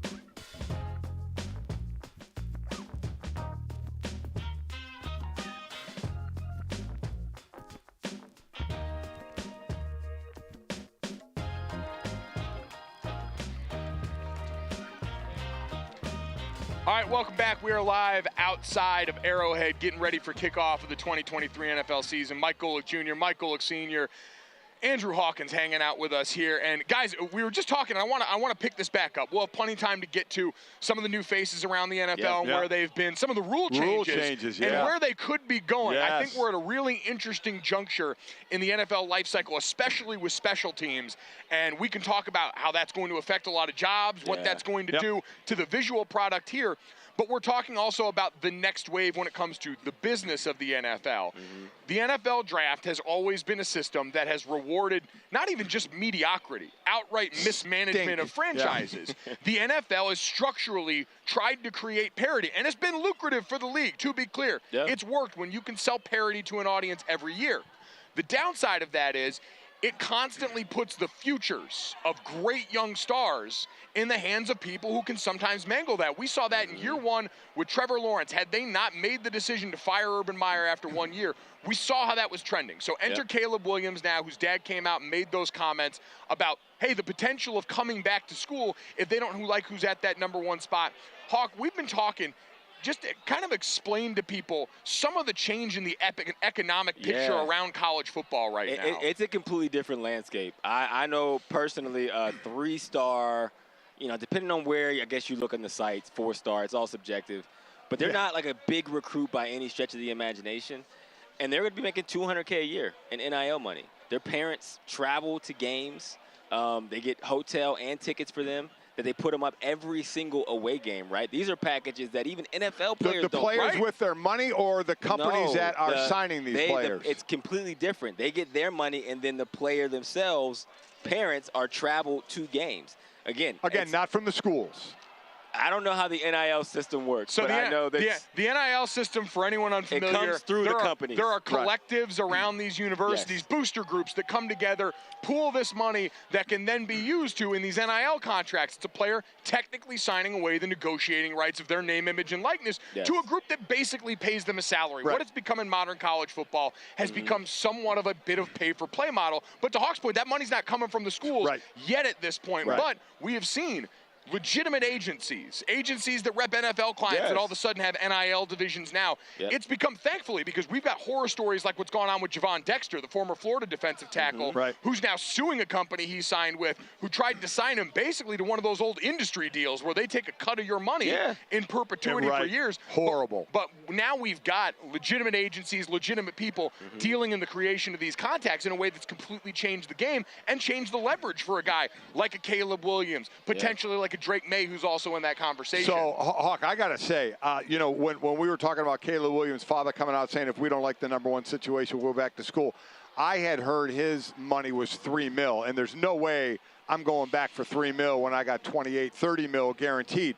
But if you're right, and that money is 13, 15, 18 million dollars, and if Caleb Williams can come back for 15 million. I mean, on I almost don't care. A 6-month contract. I don't care who the hell's picking #1 saying I don't like the team. It doesn't matter. 1 year for 15 as opposed you're guaranteed 28 for 4. 1 for 15 is a pretty sweet deal. So economically, it makes sense. That would change my mind. I have not seen that yet or heard that yet. So if this is true, that is definitely going to change the complexion. And when you look at NIL, one thing for sure is until they get something in place, the money's not going to go this way. No, it is not. That's not how it works. No, it's not. So even if it's not 15, 18 yet, it's a matter of time and not a 5-year horizon. Within the next 3-4 years, for the very top, that's going to be a first round or a #1 overall pick, it will get there. But the rookie wage scale has done this in the last 10 years. And that's where it's going to come to a head because they're capping what rookies can make, and that's just quarterbacks. So, quarterbacks only make $25 million over 4 years. I take back my Guides Green Earth comment then. In record time, by the way. Never seen that. If these amounts get to 12, 15, 18 mil, that's a whole different story, Because then you're talking about, 25 mil guaranteed in the NFL. You take a minor haircut. I say minor haircut. You're potentially a 7-8 figure haircut there. But to go back and you're right. I think we saw this last year. Because remember, C.J. Stroud, there was more conversation about him potentially coming back to college before the draft there. Yeah. And that was publicly. Now, we don't know what was going on behind the scenes, but it felt an awful lot like negotiations there to try and keep that player back. And for Caleb Williams, who has come over and almost single-handedly helped revitalize this USC program, there's no telling what boosters who are vanity spending. Yes. Like, you're right. Like, it's going up because ROA is not a thing for them. These are the guys that want their names on buildings. These are the guys that want that feeling of knowing, look what I did for State U, are going to look at Caleb Williams and go, well, yeah, if I can be the booster to help keep that guy around, I'll fork over a little bit extra money. This is chump change. How about the difference of where we are? Remember, we all know a guy named Peyton Manning, who I called his college games and NFL games. Peyton Manning went back for his last year because he wanted to and thought the team had a chance to win a national championship. What an idiot. Doesn't that almost make, I mean, now all the people my age are going, yeah, that's why you should go back. And all the young kids are going, what an idiot. But, I mean, it is a different time where now all of this, like, it is so much more of a business. And that's why the players have pushed so hard. People have pushed so hard on behalf of the players, because they looked around and saw what everybody else was doing and saw all the money that's been available to the rest of this season that's become basically a junior NFL league now. They said, all right, we're going to take some of this piece here, and guys have been more vocal about that. Here's why I love NIL. And, yes, I think it will come to a head versus, you know, players having to make decisions of to go to the NFL now or stay in college for another year. But I love it because, as you know, it's 5% of high school players get to play Division I football, if that, right? And then 1% of that demographic gets to go play in the NFL. So what you're looking at in Division I college football is 95, 96, 97% of them are at the peak of the thing that they've worked on since they were 8 years old, and they're elite at.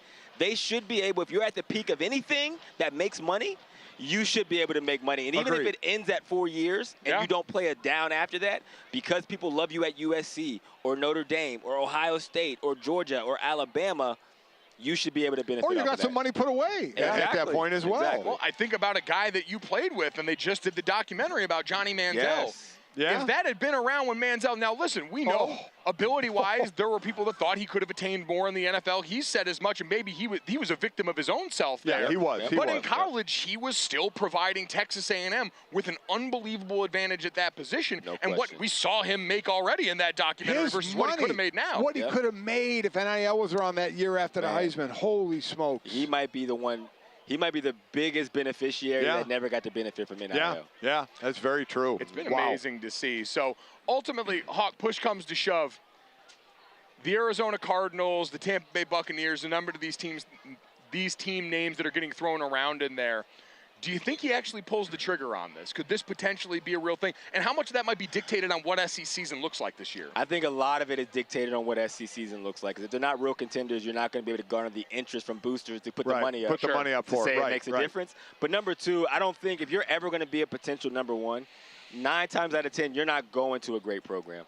Yeah. That's just how it is. It's not going to happen. It just doesn't. The Steelers will never be the number one pick. Well, that's the thing. So to sit there and say, his dad say he may not like the situation, you're sure as hell not going to like it the next year because it's going to be the worst team in the league again. So unless it's geographical for you, you know, I don't understand that part of it, which maybe his dad was really the code for money, man. Yeah, hey, we're coming back for a lot of money. Hey, listen.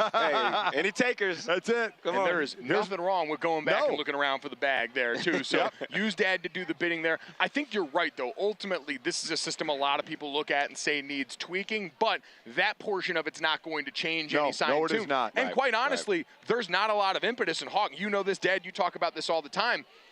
For the NFL side to do anything else to change this, because we're talking about a couple of players every year in every generation that are capable of garnering this kind of interest or having this kind of control. And the PA is not in the interest of going and giving up things at the negotiating table to help a couple of guys who are ultimately going to be fine no matter what here and now. So we've got bottles flying everywhere, hell breaking loose out here in front. We should have the chicken wire up here, you know, not getting hit. We've still got to settle the score over there at the vertical jump booth there. Hawk, you don't need to take part in that. We don't need you embarrassing us over there. We're going to go see what Dad's vertical jump looks like there. But coming up next, we'll take a look at some of the rule changes coming up and a little sneak preview of the rest of the season and a look ahead from some of our friends out in the desert. That's next here at GoJo and Golic on DraftKings Network.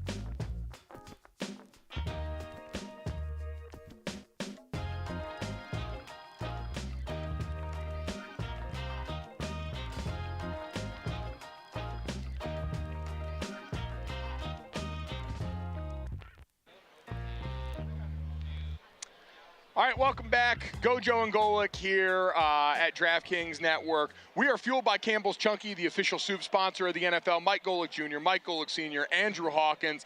And we have had plenty going on looking ahead towards the game tonight. Kickoff of the 2023 NFL season. Lions, the defending Super Bowl champion Chiefs, getting ready to look up at a banner. But we want to look even further ahead with some of our friends from the Vegas Stats and Information Network. Mike Lombardi and Stormy Bonantoni going to look ahead at who they think is going to show up in the upcoming Super Bowl at the end of the year and a few of the future bets that they're most excited about ahead of this 2023 NFL season. Guys?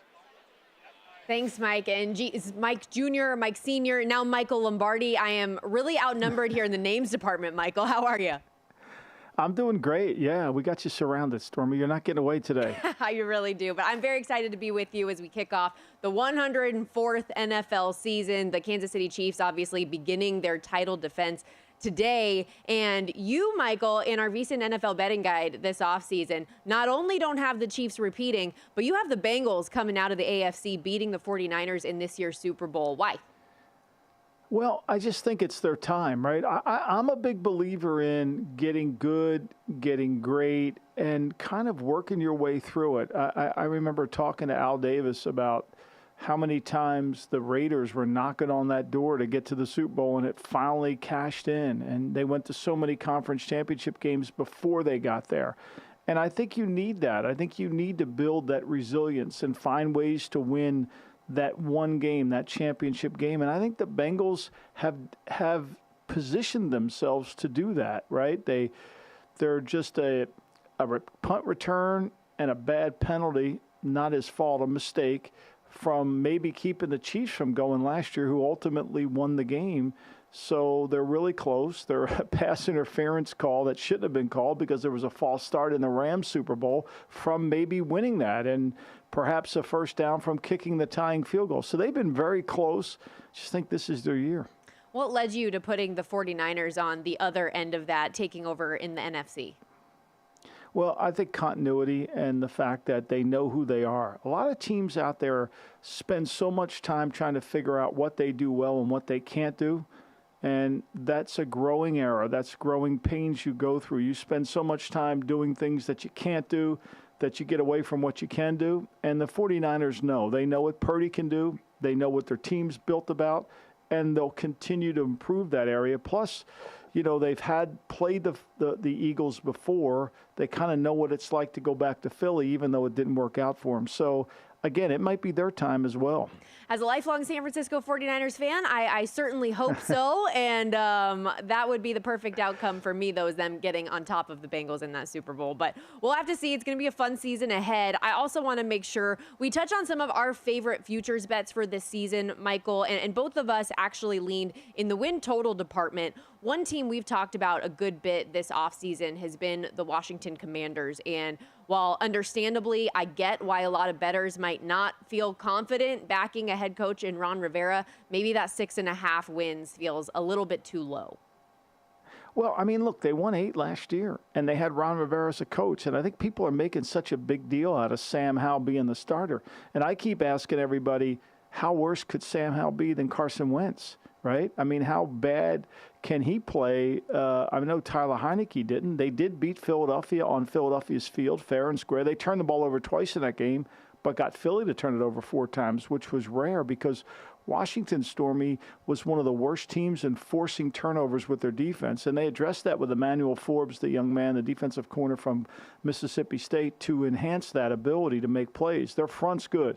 Look, they should win 8 games. They should be over this number. They had the Giants beat twice. They gave up a last touchdown to send the game to overtime in the game in the Meadowlands, and then they turned the ball over twice in the red zone in the game in Washington. So I think they're really close. And look, the pressure's on. If Ron Rivera doesn't win 8 games, he will not be the coach next year. Yeah, and to your point about the defense, maybe not forcing turnovers, but still a really solid unit, 7th in the NFL when it comes to scoring defense, allowing just 20.2 points per game, 6th in EPA, 3rd in yards allowed. And now on the offensive side, you bring in a proven coordinator in Eric Bieniemy, see what kind of an influence that he can have on that group and the young quarterback in Sam Howell. I gravitated toward the Minnesota Vikings and their season win total over 8.5. And Michael, this opinion, like, I don't want people out there to think that I am naive to all of the 1-score games and wins that the Vikings ended up having. It was insane. You remind me all the time that Kevin O'Connell shouldn't be allowed in Las Vegas casinos because of how lucky he was last year. I just feel like a 5-game regression, considering the talent that they have on that team, especially on the offensive side of the ball, feels like a little bit much. Then you add into the division with which they play isn't as stout as maybe it's been in years past, with Aaron Rodgers no longer a part of the division. And I just get the feeling that because their defense, Michael, couldn't get any worse than it was last year, and they bring in Brian Flores, maybe more of those pieces could come together than people are giving them credit for. Well, look, Kirk Cousins plays well. He puts numbers up, and he had 8 comeback wins last year. I mean, 8 game-winning drives to come back and win the game in the fourth quarter. You can't deny that. I mean, it takes talent to win those games. It was, I call it luck, but they did make the plays to produce the wins. And, you know, that does become contagious. And there's a belief within that organization that they can. And if you believe you can, you're not out of any game. And you're right. The regression might be 3 games, but it can't be 5. Yeah, I mean, I get the 13-win season probably isn't going to happen again in this spot, but I don't need double-digit wins. I don't need you to win a playoff game. I just need you to win 9. So I liked the over 8.5. Is there anything else as it pertains to this season, Michael, that you feel like people should know, whether there's a team in the background that could make a run or an MVP candidate that people aren't talking about? I think Pittsburgh's really good. And I think we saw it this summer, and people are kind of jumped on the Pittsburgh bandwagon a little bit. And I think Cleveland's pretty good too. Cleveland's got a really good team. It's, if not now, win for Cleveland. You know, this AFC is so competitive. There's going to be 2 teams that are not going to make the playoffs that could really be playoff teams in the NFC. So, you know, it's going to be competitive. We know the Raiders have improved. I mean, if you talk to anybody at the 49ers that practiced against the Raiders, they were impressed. They thought the Raiders are really a much better team. So, you know, the AFC's loaded. Other than maybe Houston and Indianapolis, where they're starting rookie quarterbacks, is there a team that you couldn't make the case could be one of 7 in the playoffs? I think it's hard. I think you could. The AFC is absolutely loaded. And to your point about the Steelers, I don't know if you knew this, Michael, but Mike Tomlin's never had a losing season. How many times have we heard that this offseason? I just wanted to hear you say it. That's all, Stormy. That's what I'm here for. Give the people what they want. That's a wrap from us here in Vegas and Michael over in Ocean City. We're going to send it back out to KC for Mike Jr. and Sr. Stormy, Michael, thank you guys. Appreciate all the looks ahead. Guys, here looking ahead to tonight, we got news that we've been wondering about all day long. courtesy of Ian Rappaport over at the NFL Network. Chiefs star Travis Kelce is out tonight against the Lions. He may give it another try before kickoff, but either way, the bone bruise should not keep him out long-term this season. Hawk, is this the right move for tonight? Absolutely. When I heard that he potentially could play, I didn't think it made sense. It's a long season. We know that you're Super Bowl contenders. We know that we're going to need him healthy down the stretch. It doesn't make sense to play him after an injury that happened so recently when you could probably get the W without him. Every player wants to play. That's why you need the coach to take the helmet away or the medical staff to take the helmet away and say, let's live to fight another day. Yep. If it were playoffs or to get into the playoffs, probably be a different story.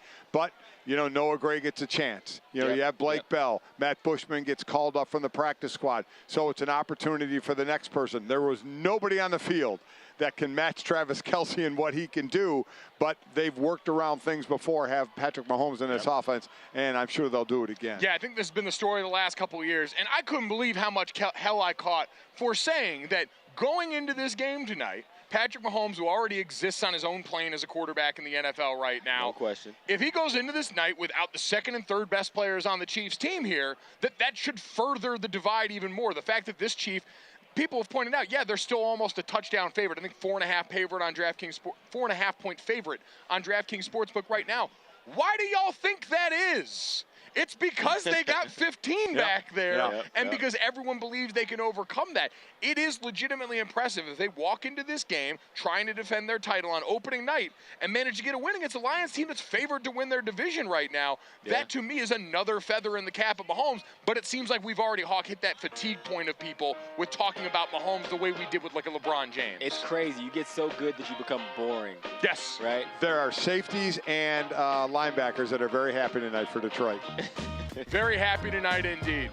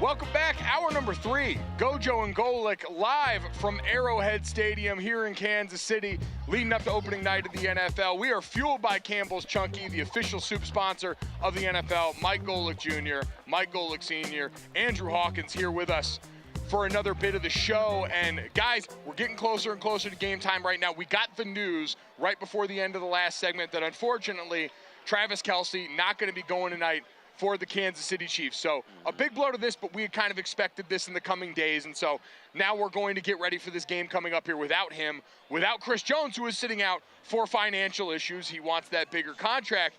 Yeah. That Hawk, we just saw one of his defensive compatriots in Nick Bosa go and secure famously. We got the news yesterday that the San Francisco 49ers have made their defensive end, Nick Bosa, the highest paid non-quarterback in NFL history. Yeah. Hawk, this seemed inevitable, but deadlines drive results here and now.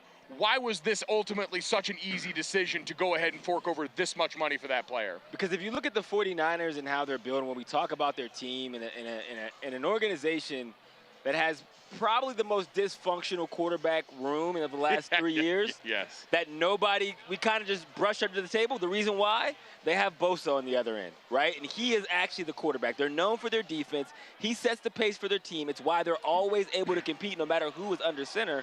So they understood how important it was to not only pay him what he's worth to that as a player and what he's been worth to that organization. Joey Bosa, 107, I think, guaranteed. Nick Bosa, 122 guaranteed. Man. The family's doing okay for themselves. They're doing good. That is amazing. But listen, this was a no-brainer to get done, and they even knew it was going to get done, and it got done in a somewhat timely fashion before the season started.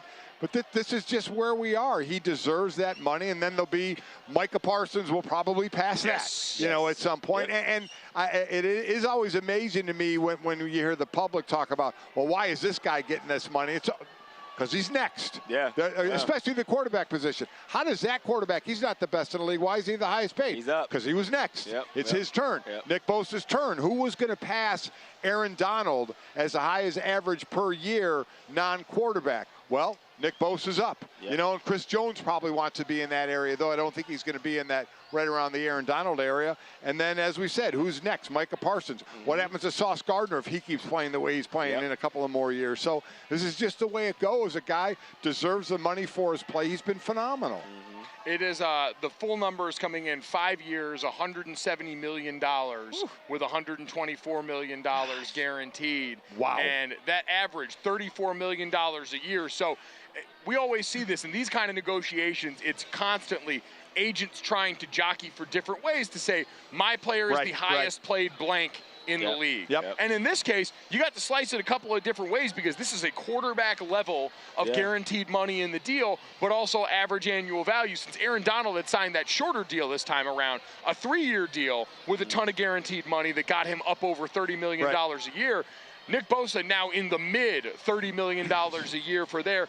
Resetting that one, and listen, that makes it interesting relative to Chris Jones that's sitting out there right now as a defensive player. Do we think Chris Jones is getting more than Aaron Donald? It's 31-7 a year? That's a tough argument to make. But Chris Jones has played as well. He should be up there, right? I mean, these because guys, right now, as far as D-lineman, you got Aaron Donald, then you got, we were talking earlier, Mike, Quinnen Williams at like 24. So there's a gap that Chris Jones should be above that part of it around Aaron. Because for most negotiations, whether it was Quinnen Williams or Jeffrey Simmons in Tennessee, the thought with all that was, hey, we're going to pay you. We're not going to pay you Aaron Donald money. We're going to stop well below the human wrecking ball that's decimated the sport on his own for the last number of years. But Chris Jones not only has played that well, 15.5 sacks last year, but you look relative to what the team has without him. And that, I think, is the biggest swing state tonight. And one of the most interesting points in this game is, for somebody, the leverage is going to change tonight. If that Chiefs defense goes out there, and in game one, I get it, 1 game sample size shouldn't matter this much for anybody involved. But we know the primetime effect on the public, and there's a reason teams and agents constantly leak points to the public, because everyone's trying to curry favor with the fan base, put a little more pressure on the other side. What speaks louder than if all of a sudden the Detroit Lions go out here and rack up a ton of yards on the ground and move the ball over this Chiefs defense, Hawk? Exactly. And to your point, like, Chris Jones, when you talk about Quinnen Williams, when you talk about Aaron Donald has gotten all the highlights. And I am the biggest Aaron Donald fan that there is, and I don't think people are as close to him as is perceived. But if there's anyone who can make the case, and if I'm Chris Jones' agent, it is him. Yes. If you look at the numbers, you look at his production, you look at what he's meant to this Kansas City Chiefs defense, and to your point tonight when you watch, it is going to be an effect. There is no way you can take him out of that defense and it not affect them, especially going against the Lions and the running game that they have. I mean, listen, I know the world lives by the edge rusher. We saw that with Bosa, a TJ Watt, and what they get. But to me, and Mike, you know this too, as an interior D lineman and a quarterback, that's the worst place for a pressure on a quarterback is up the gut. When you can push a lineman or you can get penetration and, have all that junk around the quarterback's legs, that makes it difficult for them. So a guy that wreaks havoc in the middle and what that does for the run game as well, making the running back bounce east and west, not north and south. I mean, to me, it's just as valuable as that edge rusher. Yeah, I think especially in a day and age where the ball's coming out as quick as it is right now, you've seen more of the RPO-heavy stuff making its way to the NFL level. Having a guy who can clog up the middle, and not for nothing, affect with light box counts. I think we're going to see interior defensive linemen as the NFL accounts more bodies to what's become a passing league. Say, we got to have 4, 5, 6 guys in the box that we can trust to handle business so that we can account all the resources to try and slow down these great quarterbacks, to try and get hands on all these great receivers like you mentioned, the great young route runners coming into the league. You mentioned what's coming up next. A lot of people now actually putting their eyes to Joe Burrow. Hawk, do we think a deal gets done before we kick off the season for Joe Burrow? We've seen an offseason where we have gotten Justin Herbert paid in San Diego. Still, I say. Wow. Jalen Hurts in Philadelphia. It's like 10 years ago, GoJo. Lamar Jackson. Do we think Joe Burrow gets paid before the season? God help me. Man, that was we were kids rooting for the San Diego Chargers. I know. So you may have been a kid, not me. That's when my brain stopped taking in new information. It's like how they say you got to teach kids languages or the piano when they're young. My brain's incapable of learning anymore. I'm a fully formed idiot now. I get it. That's okay. Look, I think if the Bengals are smart, they would pay Joe Burrow. Now, the Bengals have notoriously waited as long as possible to make these big money contract payments. But when you look at, you just look at the Baltimore situation, it's going to cost you more on the back end. The beautiful part about Joe Burrow is he doesn't seem like a guy who is going to sit out. He doesn't seem like a guy that's not going to compete because he is truly chasing legacy. He wants a Super Bowl. He wants multiple Super Bowls, and he wants to kind of put his stamp on the league as who he is. But that being said, again, you don't want a quarterback that is worried about money. You don't want that to affect any part of the prime that is Joe Burrow with this roster, with him, with the coaching staff, the momentum they have. Any conversation outside of that detracts from what your opportunity is. And so I think if the Bengals are smart, they would get the deal done before Sunday kicks off. Listen, we know what he's going to get. 2 quarterbacks ago was 260. Then the last quarterback was 265. He's going to get 270. He's going to get that money, a ton of guaranteed money. He's getting engaged. So they got the bar in Cincinnati giving 9-cent shots. Allegedly getting engaged. We still haven't seen that allegedly confirmed. Getting it's a lot of rumors. So a bar offering 9-cent shots for the sad girl shots for all the women that'll be bummed because he's getting engaged. So, I'm going to go get me a shot. He's got it out. I know I am. It's chocolate syrup, Baileys, and whipped cream. Are you kidding me? Who's not digging that? But it's all Joe Burrow right now. But I agree. He's not holding out. They're going to get that deal done. But think about a notoriously cheap organization. Joe Burrow, Jamar Chase, T. Higgins. A lot of people to pay. I mean, you got a core there and an open window for a while if you can figure out how to pay them all. And if you ask me what the holdup has been, it's been exactly that, right? It's the Bengals trying to convince Joe of a structure that allows him to keep the weapons so they can maintain success. Listen, Joe. Well, I'm sure they're pointing to this guy. Look at the deal Mahomes signed. When you look at the Bengals, the thing that they would always say, and as someone who went into contract negotiations with the Bengals, the thing that they sell is, you may go get more money somewhere else, right? So it may be an easy deal because we can look at what Hurts got, we could look at what Herbert got, we could look at what Lamar got and say, okay, here's where you are, Joe. But what they sell is when we make a commitment to you for a certain amount of time, what the other teams don't do is they don't see it through. We do. And the Bengals aren't wrong in that. If they sign you to a 6-year deal for $170 million, you're going to get as close to that 6 years as you will with any other organization because how they view you at that moment, they don't second-guess themselves 4 years, 5 years. They're not looking for clauses to jump out of a contract, whereas a lot of other teams will give you gaudy numbers. That's why we look at the guarantees because it's like, well, when can they truly get rid of you? Make a U-turn, right? And the Bengals, that's what they're selling. We may go lower on the number, but you're going to see all of it. Are you okay with that? Yeah, I think that's an interesting point because you're right. Spot Track, which always does that, Over the Cap, those websites, there's always that little caveat of when's the out in the contract? Exactly. When's that guaranteed money run dry? When can they cut you for minimal in cap, minimal dead cap money and go on their merry way? So you're right. I think that gets done too because planting your flag with that quarterback, allocating the largest portion of that resource, because the more you guarantee, the more you can spread out over time, which makes it easier for you to try and figure out how you're going to sign T. Higgins, how you're going to sign Jamar Chase when those deals come up This here. is a no-brainer. It's an absolute no-brainer that has to get done. So I want to shift to another wide receiver. We've talked about a bunch of these guys as we look at the news heading into week one. This is particularly damning, Dad, looking out in Los Angeles right now. Cooper Kupp been dealing with a hamstring injury during the preseason, and now we found out apparently had a setback in that. Going to see a specialist. We're hearing rumblings about potential nerve damage in here for a guy that once had that tightrope surgery. Dad, it already felt like a season that was going to be pretty perilous for the Los Angeles Rams with Matthew Stafford coming back off of injury, Cooper Kupp, Aaron Donald. The core of this team had been really fractured through the last year. This seems like a very ominous tone to start the year. Listen, we thought already this team wasn't going to be very good. I'm concerned more about not the team, but the player, Cooper Kupp. I mean, it still blows my mind to watch him play knowing the ball's going to him and he still gets it. He still gets open and he still gets it. But I've talked so much about, and Hawk, you know this, the quad, the calf, the hammy, the pec, those kind of things, and how they linger. And this one has definitely taken the next step. When you're going to a specialist, and they call him out now for week one, he's going to be out for a little more than that because how quickly something that, I mean, his position and what he does, that's a Ferrari where it's incredible until one little thing goes wrong on it, and, man, the whole thing can fall apart. And the toughest part is, you know, people wonder, okay, well, you know, what makes you retire? I retired at 31. Some people retire at 28, 30, 35. And it's like, it's not that your ability changes so much. Your ability to bounce back changes, right? The amount of time it takes me to recoup from a Sunday game to the next Sunday, at first it was on a Monday I was fine when I was 21. When I was 22, it was by Tuesday I was great. Man. As you get older, and it starts to even bleed into the next game. And the same goes for wide receivers when you start to get these hamstring issues. When you're early, you bounce back a lot faster. When you're older and they start to bite at you, they do linger and they do stick around and they don't go away unless you give them the adequate time to heal. And in a football season, in a football cycle, there's just not that. So to your point about Cooper Kupp, I hope he bounces back.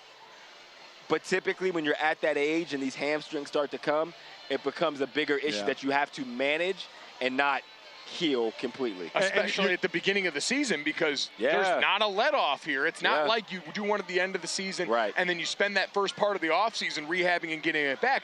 You're trying to play catch-up on that and get ready to play a football game and do all those things physically. He is out for a while, I think. And Hawk, you forgot to mention one of the other ways you retire.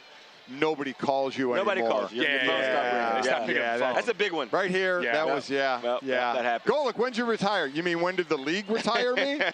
Okay. No, it's definitely a little bit of a different world for everyone here. I'm not going to point any elbows at myself here and discuss anything and incriminate myself in front of the masses here out in front of Arrowhead Stadium. It is GoJo and Golic here. Andrew Hawkins been hanging out with us on the show.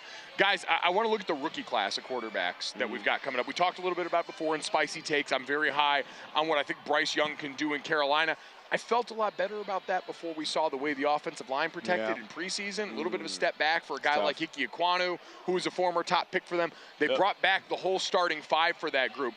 But as we look at the rookie class right now, Hawk, we know going into week one, we're going to have the 3 first-rounders starting here. C.J. Stroud going to get the nod for the Texans. Anthony Richardson getting that nod for a backfield in a complicated situation with Jonathan Taylor all preseason long that they've been trying to sort out. And now the situation, Bryce Young also in Carolina. As you look at all these different situations here, who are you most excited to see under center early on in this season? I would say Anthony Richardson.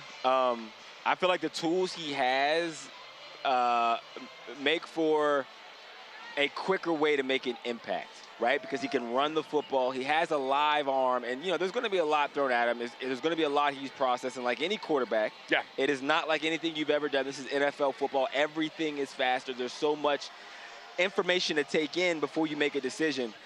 But in my experience, the quarterbacks like Anthony Richardson, who can improvise really well, and when everything breaks down, I say, hey, I'm going to rely on this thing that I am just as good as anybody else in the league at. They typically have success a lot earlier, and they're able to figure it out on a smoother pace. Unfortunately, he's in a line of a bad stat of small amount of starts in college to doing well in the NFL. That's why it still blows my mind that they didn't get a deal done with Jonathan Taylor. Jonathan Taylor is 24. Anthony Richardson is a rookie. To have who the hell else you paying on that team right now? I know Quentin Nelson you're paying. And plus, if you paid him well, it's still not a huge, it's running back money. Right. It's what, 12, 13, 14, 15 mil? That's like nothing compared to what you're paying now, Bosa, and what you played some others. So it's third receiver money. I don't get that one at all. Yeah. I like with C.J. Stroud, what they've done in Houston. Bringing in Devin Singletary, the running back, also Robert Woods to help him out as well. I think that's going to help him there because they're still trying to build around him there. So that to me, he was my first quarterback. Yeah. I would have taken him first. But listen, I hope all these guys do well. But it's going to be growing pains, and it's tough for veterans in those locker rooms because they know this year is about a growing pains quarterback. So, and you ain't got many years in the holster. So, and this is one of them where maybe not a lot of good is going to happen team-wise. I do think for the Colts, at least in that standpoint, their trajectory isn't as far off because that was a bad football team last year by the admission of a lot of guys that were around there. That offensive line from 2021 to 2022 went full Jekyll and Hyde. Yep. And so many of those guys that are back on this season, you mentioned Quentin Nelson, Ryan Kelly in the middle of that offensive line. Most of that group was there. Bernard Raymond on the left side, young player, came in last year, took his licks, but going to be back this year. It's going to be about, hey, can we improve and make life easier? Can we be the strength of the team like we were in 21 when Jonathan Taylor won the rushing title and be that for our quarterback as you get Shane Steichen in, who's going to do some of the Eagles stuff? If you're that team, you might understand there's going to be some licks coming with your rookie quarterback, but you've also got an opportunity based on, I'm sure, the tape you've been watching from Philadelphia last year. Hey, talent-wise, we think we can still be those dudes, and we got a scheme and a quarterback back there that are going to add. It's not some old veteran who's going to be a statue back there getting punched in the mouth. It's going to be a young guy who we saw out there able to shrug off tacklers, able to make life different for people. Absolutely. So you said that Bryce was going to throw for 4,000 yards. What makes you more confident in Bryce than you are over CJ or Anthony? So I think one is I just think Bryce is right now a better quarterback overall. I think with Anthony, we're waiting. Like, functional accuracy is still going to be a thing that builds over time right there. And with the receivers he got, Alec Pierce, Michael Pittman, there were not a lot of guys getting open during the preseason for him there that worried me a little bit too as far as wide open stuff. It was the same situation for Bryce Young, but I'm more confident where he puts the ball. I'm confident that even if protection, which I think will get better, that offensive line for them improved steadily over the course of last year. A lot of that was in the ground game, but I still think him knowing how to buy time, him being used to last year at Alabama, while around talented players, that was not the best version of the Alabama team we've seen. Him and Jahmyr Gibbs had to make a lot happen on their own. You look back at the Texas game, they had to do a lot of that last year, almost single-handedly willed them. I think he's got enough of that in his bag that will help elevate some of this team here so that you see some of those guys. I don't know if he has enough to throw to, though. I know they got Adam Thielen there, and you got Miles Sanders to help with the running game. I mean, here's another one. Miles Sanders goes for 1,200 yards and goes to Carolina making about $6 million. I mean, geez, oh, man. He's not having a great time. But that's the thing. I like Bryce Young, but I don't know about the weapons that he has to throw to there. That's my concern of him getting 4,000 yards. And true, and a lot of that's going to be, again, you mentioned Miles Sanders, that offensive line that brings all 5 of those starters back. Can they do enough on the ground game to help with those guys to help offset that, maybe make life a little easier? But it's going to be a quarterback having to do what I thought he did in college as well as anyone, is put the ball in places that were indicative of, oh, this is an NFL passer. This is a guy who's coming in and not going to be overwhelmed by anything he sees in the moment here. Coming up next, we're not overwhelmed by sound, sights, or smells out this Kansas City parking lot. We're going to take a look at some old faces in new places and those rule changes we talked about next.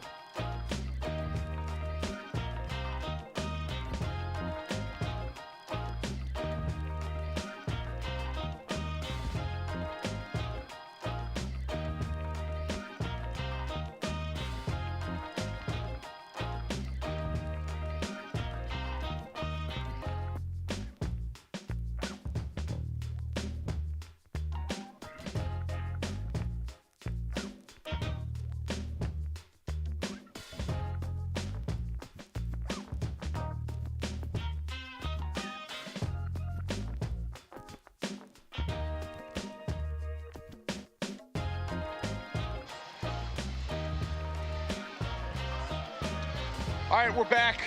GoJo and Golic, Mike Golic Jr., Mike Golic Sr., Andrew Hawkins. We're battling against the sun out here. We're about 2.5 hours into this show here. Hawk has sweat through a beautiful shirt. I don't know, Hawk, do you sweat much? Wide receivers usually don't sweat. Really? Yeah. Very hairy little dude. I'm waiting for the bite to fall.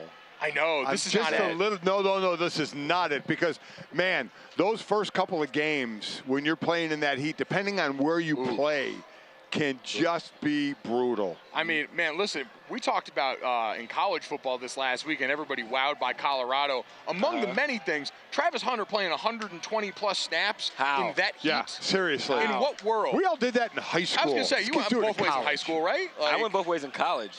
Damn. Yeah, I played corner and receiver. All right, we'll shut up now. Not 112 snaps. I wasn't that good, but to be able to do that throughout an entire season. Incredible. I mean, what just, can he just an entire game, because he got up and was talking to everyone after every one of those plays. Yeah. I couldn't imagine what it's like not only being in zone. I don't know about you. I didn't talk a lot of smack, one, because I wasn't that good. Save that energy. And two, because I was also very tired. Like, were energy. you into that at all? I didn't want a problem, but if you wanted a problem, I said no problem. That was my thing. I was there, but if we wanted to go there, I would always take it to a whole new level. And I would talk. There was nothing off limits. Wow. Oh, wow. You actually, I was one of those guys. The extent of my smack talking began with an F and ended with a U, and that was it. Because I needed to get air in. The best was John Randall, the D tackle from Minnesota, used to read the bios of the O linemen before the game to know where he was going to. He never stopped talking during a game and getting after him. See, I can't smack talk at all. A lot of people say, like, disrespectful, all that stuff. I am more impressed when guys, one, are researched like that. Yes. Prepared. Because there are certain guys that were always going to come in well-read like that. But again, John Randall, you're right. You watch the NFL film shots of that dude. Never stop. It's just a nonstop verbal assault. Never stop. How do you do that and then get the call? And he's a Hall of Fame player. Yeah, I mean, to be able to talk that smack and then be one of the great players of all time. Okay, good job. Makes it a lot easier. Well good. Are you guys all in on Colorado? How do you feel about that? You know, so the do you believe question. That was the most pronounced no. I don't know if you thought that wasn't a straight up no, but I like to qualify it because I do believe, like, what Deion's done, and I saw plenty of people writing about this. Stephen Godfrey over at Split Zone Duo wrote an article, I believe, in the Washington Post, talking about how this is something we're seeing more around college football as far as the blueprint for how to do things. Coming in and flushing Texas State's in the middle of doing a version of this now, too, where you can come in with the rules afforded to coaches. We've talked so much about the transfer portal for players. The rules afforded to coaches now, Dad, for how you're allowed to go in here and basically run players off your roster. Do what Deion did and sit in a meeting after the spring game and say, you need to find somewhere else to play because it's not going to be here. Right. That's the professional nature of the sport that's coming up here. And so I think that is something we're going to see more and more people try. We saw the portal work last round with teams like USC and LSU. Colorado's not that resourced. Texas State's not that resourced, and so if programs on the lower end of P5 are able to make that happen, G5 teams are able to do that, then I think you'll see more and more people try and take a bite of that. I believe Colorado's already changed their program's trajectory. Yes. I don't know win-loss total. Like, if you're bowl eligible this year at Colorado, which I had them on the under of like a 3.5 win total I before. did too. I think bowl eligibility, looking at their schedule, there are 6 winnable games on the schedule for them. And if they get to that point, they're going up against some juggernauts on there too. That is an overwhelming success. That's Coach of the Year stuff for Deion Sanders. Just us saying they could get bowl eligible changes everything. Yeah. But let's be honest, people don't like the way Deion is going about it. They don't like the way he's talking. That's what people don't like. And I'm like, man, it's successful. So here's my thought, Hawk, overall about do I believe. So we have rarely seen great players in any sport become great coaches, right? Yep. Deion was a high school coach, then got the chance at Jackson State and did a phenomenal job, right? Now he comes to Power 5.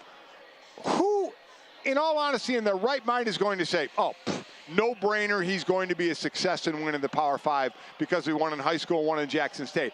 I'm sorry, I'm not going to do that. Especially at Colorado. Exactly. At the juncture they're at. It wasn't even the same team with 86 different players. So my thought is, okay, he's saying that for his team. And that's all that, and my point is, that's all that matters. If his team buys in, and he even said, I had guys on the team who weren't even buying in before the game, but now they have the receipts, and now they can buy in. So do I believe? I don't. I believe more than I did before, but I'm not like all in Pac-12 champs. Hell no, not yet. I do believe, and not because I think that now he's created this juggernaut program. I think for me it was more of what Deion brings to the table. He is a one-of-one by player standpoint, by personality standpoint, by coach standpoint. There is nobody like Deion. For sure. This isn't even a blueprint. I don't care who you go and grab. You cannot copy it because he is that charismatic and infectious. But the reality of college football is it is not the X's and the O's. It's the Jimmies and the Joes. And the best coaches you know about college football in this modern era, they might be good coaches. That ain't why they're winning national championships. And they'll be the first to tell you that, by the way. They're 5 stars and 4 stars. You pack a locker room with it, you're going to kick everybody's butt. Well, Deion, if he can get 4 and 5 stars to come to Jackson State, I agree. and you give him anywhere with the resources, he is going to be successful because if he goes into a room with the moms and the family, and then you come into the room, it is very rare when you're touting tradition. His charismatic nature is taking over. And the bottom line, though, you got to put wins to it because, I mean, listen, we all talk about how we love Marcus Freeman coming to Notre Dame. He's a great guy, great recruiter, but even he knows, I got to win. So even for Deion, you can spout all you want and try and sell your players, but you have to win. And in one game, for a team that had 1 win last year, in 1 game, we now have analysts, and I'll agree, that says, well, they should beat Nebraska, they should beat Colorado State, and then they have Oregon and USC back-to-back, and then we'll see. And it's like, think about what we're saying. This was the worst team in college football. 1-10 football team. And look what we're saying. So that's a win right there for Deion, without question. But if you're asking me to buy in to say they're one of the best teams around now, I'm still going to hold off and say I'm going to need to see a few more receipts. Absolutely. We don't know what TCU is yet either. Right. I said that's a program that went through a lot of change also. That's the same team from last year. Right. 100%. We're still learning a lot about this upcoming season.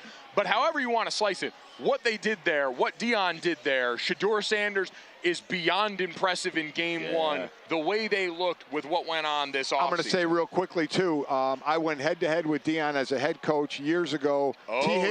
T. Higgins, senior year in high school. Herm Edwards was the coach of one side of the Under Armour All-American game. And I was there as an assistant, and he had to leave for game day. I was the head coach. The other head coach, Deion Sanders, we won. I'm 1-0 against Deion. Come on. I'm 1-0 against Deion. Colorado State. Where is my job You offer? want to compete in the state? You want to compete Colorado State? Yes. You don't want to be the little brother in the state? I will turn around that whole team. Dad, what's the recruiting pitch, Dad? You walk into the young man's room right now. You're the head coach of Colorado State. You're got money for you. All right, there you go. Can I do that? We're out here paying the players. Yes. Our boosters, greater than sign. Yes. Their boosters. Who has more money than DraftKings? Yes. Yeah. Woo! Hey, how about that? Throw it all in there. Our collective will be great. Oh, my God. We are flush with cash right now and going to make sure your son has a phenomenal time playing at State U there. So that's going to be fantastic here. Those are guys that we hope to see someplace on Sunday, hopefully someplace maybe on Thursday night, getting ready to go in for the opening of the NFL season here. We're excited. We're taking you guys up as close to kickoff as they'll legally allow us outside. Yeah. More and more fans starting to make their way over into the stadium at this point. We haven't done the vertical jump yet. We haven't done the vertical jump yet, mostly because I've been distracted by a large group of men wearing breasts and 3 different men I've seen dressed as Hulk Hogan. And they're not wearing a lot of pants with that. I get with the weather. Dressed as Hulk Hogan, really? Oh, a lot of Hulk Hogans, and again, they're wearing like the wrestling, like unitard pants. A lot of fellas with the cheeks out. A lot of cheeks, which I get is hot right now. It's hot out here, Is that a look, Hawk, you've ever had? Huh? You ever had that look? I don't have the cheeks for it. Did you say Chiefs or Cheeks fans? Cheeks. Chiefs fans. A lot of Kansas Chiefs City fans Cheeks. with their cheeks out. I don't have the cheeks to pull it off. You don't have the cheeks for it, huh? Nah, I know I don't. One day, I'll get in the gym. Pants just fall off me. I got a flat butt. Dear God. The post-retirement stuff, it happens. Every day we stray further and further from the Lord's light here. We will see if we can recapture it next here on Golic and GoJo. GoJo and...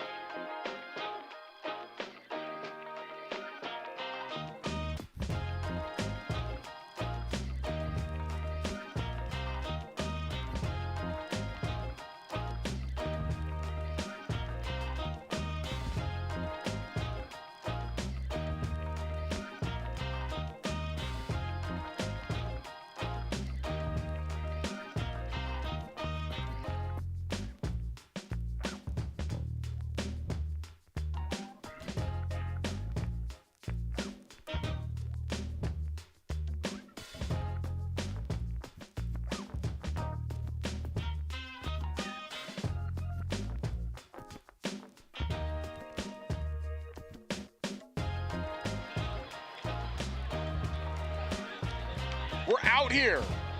We're out here, Arrowhead Stadium. The heat is getting to us. Hawks got sunglasses on. Looks really cool, too. Yeah, you do. Thank you. You can pull that off. I appreciate that. I can't I do do it stuff like that in front of your mother and my wife, and she just says, no. She does.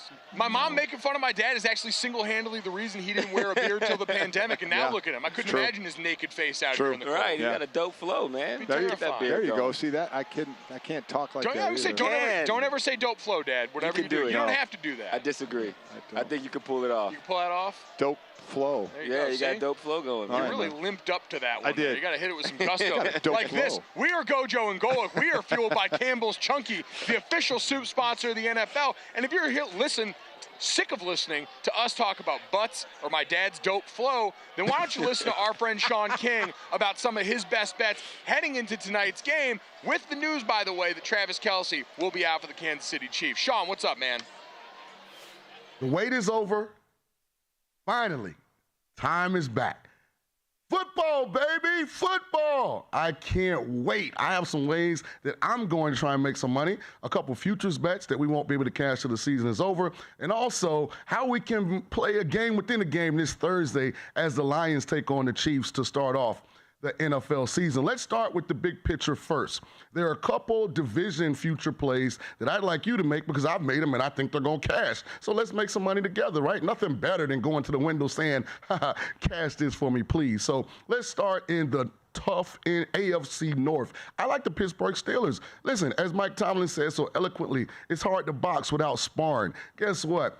It's hard to understand the season ending in Pittsburgh not being above 500. That's their floor. So in a division where it's real difficult, where I don't know what I'm getting from Cleveland, is Baltimore any good on defense? Is Joe Burrow healthy? I get the Pittsburgh Steelers at 5-1. I think Kenny Pickett gets better. He's just slightly above average, but that's enough if TJ Watt stays healthy to make the Steelers at 5-1 a live dog to win that division. Another division play that I like is the Tennessee Titans in the AFC South. Ryan Tannehill's in a contract year. Derrick Henry's in a contract year. What do guys do when it's time to get more money? They play their best ball. Also, I love the fact that Coach Vrabel has a great culture established there. They took care of Jeffrey Simmons over there on the defense. They're going to be elite. I love Tajay Spears as an addition, and they added DeAndre Hopkins. I know the Jags are the favorite. Finds a way to win that division. Two more season-long plops I have for you. Offensive Rookie of the Year. I'm going Jordan Addison, slot receiver for the Minnesota Vikings. Listen, Justin Jefferson's going to get all the double coverage. And I don't know if you heard, but one of the early things I'm attacking this season is all the TJ Hawkinson's overs because he's a baller. Guess who's the third guy in that system, but with a quarterback that can get all three of them the ball? Jordan Addison. We saw Garrett Wilson win it last year. I think another receiver wins Offensive Rookie of the Year. I'm going Jordan Addison 17-1. On the Defensive Rookie of the Year, I'm going Jalen Carter. A lot of people think San Francisco has the most talented roster in the National Football League, but it might be Philly. And they added another huge piece, and he's got a chip on his shoulder. You know what? This happened to Warren Sapp. And guess what he did? He showed out. And Jalen Carter's going to do the same thing. People doubted him coming into the draft. He should have been the number one pick, but he wasn't. Guess what? He's going to remind everybody every Sunday that they made a huge mistake. But let's get to Thursday. What's Mahomes going to do? No Travis Kelce? Does it really matter? And that's not a negative because Travis Kelce's a baller. But guess what? It was doom and gloom last year. Oh, Tyreek Hill's not there. What's Patrick Mahomes? Patrick Mahomes is the best we've seen ever. A true unicorn. We've never seen anyone that has his amount of talent, skill, drive, determination, and production. He's just one of his own. Don't think you're going to find another him because, just like Michael Jordan, we still haven't found another Michael Jordan. I'm putting Patrick Mahomes in that same ilk. He'll find a way. They have a plethora of weapons there in Kansas City. They've done a good job of accumulating talent.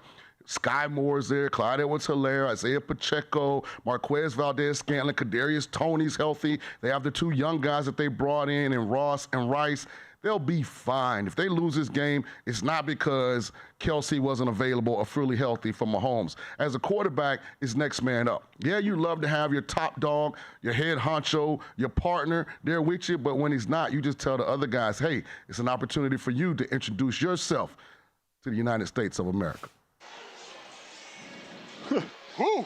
Wow. Man, I tell you what, Sean could cut a wrestling promo Boy, with that the was best really of them. good, yeah. Got me a little fired up right now. Hawk, you made a good point as we're sitting here listening to that, as he talked about Patrick Mahomes and waxed poetic about all those great things. Yeah. We're starting to inch closer to the GOAT conversation already because we can't help ourselves. And you talked about the crucial mistake Tom Brady made in all this. He shouldn't have waited so long to retire. He should have hung him up a while ago, created a gap between his tenure and the Patrick Mahomes era so we could marvel in Tom's greatness for a while before we start to have these conversations around Pat.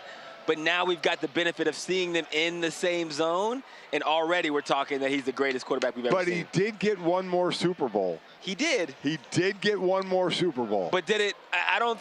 That's Did it change anybody's perspective on him? That one maybe just because it was the non-Belichick one. Oh, that's the only right. reason I'll give it to him is because he went out and proved he could do bad all by himself. And Bill hasn't been to the playoffs since he left, so that was an important one. that might. But if you don't John Elway ride off into the sunset after, you kind of limp towards the finish. He did. Right. Now we go out there for the kill a little bit That's very true. So that's certainly been up in the air. Dad, some more changes we got going into this year. I know you were interested in a couple of the NFL rule changes that we got starting off this season and what's on the horizon. Well, I think one of the big ones is the ability to have the emergency quarterback. Going off the San Francisco game in the playoffs last year where they were on their third quarterback or no quarterback because they lost their two. So now each team can have an emergency quarterback, but he has to be on the 53-man roster, and QB1 and 2 have to be out of the game. It can be if QB1 gets hurt and QB2 has like a uniform issue and has to go off, the emergency can come on, but then as soon as the quarterback's ready, he has to come back off.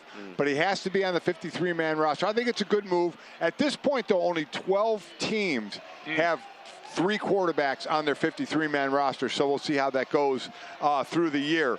2 more. One, Mike, I know you're going to like. 0 is now a legal number. See, except for O and D linemen. Hating ass NFL, man. Yep. Hating ass. Honestly, what do y'all think? Let me compose myself here for a second. I understand that we work with the league and they're a great part. We love the NFL. We love it. We're excited to have football back around here. Shout out to the league. Who do you guys think you are? But who the hell? Stopping these large young men. That's so much body for single digits, man. Man, have you seen the way it looked in college, though? I've had this take forever. As soon as the digit 0 got available in college football, I said it should exclusively be worn by 310-plus pound defensive linemen. Those are the big bodies I want to see that plastered on here. It's slimming, but also powerful. It sends a message and a strong one. The NFL is denying their horses. I adamantly disagree. Really? Not only do I hate that, I hate the fact that they've changed the number system up at all. You're Tom Brady of this. I hate to see single-digit DBs. Like, I hate to see single-digit receivers. It reminds me too much of college football. Go back to how it was. Even though I did wear number 0 when I played in the CFL for 2 years. Oh, there you go. I was the number 0. Oh, my God. So how can you come out here and betray your brethren like that? I look back and I think I look stupid. That's why I'm like, so take it from somebody who was there. They were there. Go back to traditional. Sample size. There are 20 players currently who took the number 0, 9 linebackers, 5 wide receivers, 3 cornerbacks, 2 safeties, 1 running back. Roquan Smith is one of them. Calvin Ridley is one of them as well. I want to get to this last one here because I think this is going to be the change. 1 year only, the kickoff return team can fair catch the ball and get it moved to the 25-yard line because we started seeing those pop-up kicks to try and pin them inside the 25, and concussions went back up. So this is only for a year that they're trying this because they're trying to find what's the next thing we can do. Guys, I think what the XFL did. You put the kick return team on the 30. You put the kickoff team 5 yards away from on the 35 toward the kick returner. You kick off the ball, and everybody waits till the returner catches the ball. Then you move. Now no one's building up all that speed for those massive hits where you get the concussions, and you still keep the kickoff. I don't know, man. I don't know. Maybe it's different. Maybe I'm more old school than I imagine because I'm just like. It's not going back to the norm, Then it changes even what the kickoff team is. The body's composition is going to change if you don't have to actually run down to go get the ball and the contact happens 5 yards away. Yeah, it might limit concussions. But it is fundamentally changing what the special teams are. Oh, it is. I'm almost like, at that stage, maybe you should get rid of it. I don't like the fair catch in the 25. It's like it becomes a formality. Wow. Get off my lawn. Showing up to the set was not on my bingo card. We'll finish off the show with our picks next here on GoJo and Golic.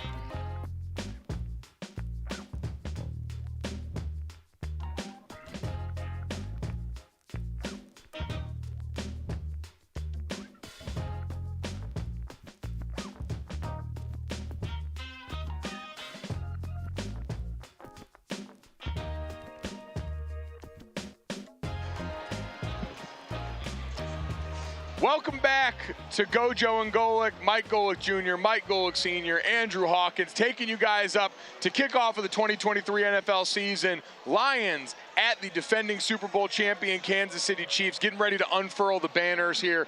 Guys, we will make our picks at the end of this segment, looking forward towards this game. But we want to finish up the way we always do at the end here. And it's been a great show. It's been awesome to see the crowds out here. Hawk, we appreciate you coming and hanging out with us, man. Again, everyone's going to get to see you all over NFL Live this upcoming fall. It's going to be a great time, so we appreciate it, man. Oh, man, thank you guys so much for having me. This has been a blast, and give yourselves a round of applause because we made it. We made it. NFL season is here. Woo. Oh, free man. at last. The saddest day is the day after the Super Bowl. Now we're to the happiest day. We're here. Yeah, we are. That quick.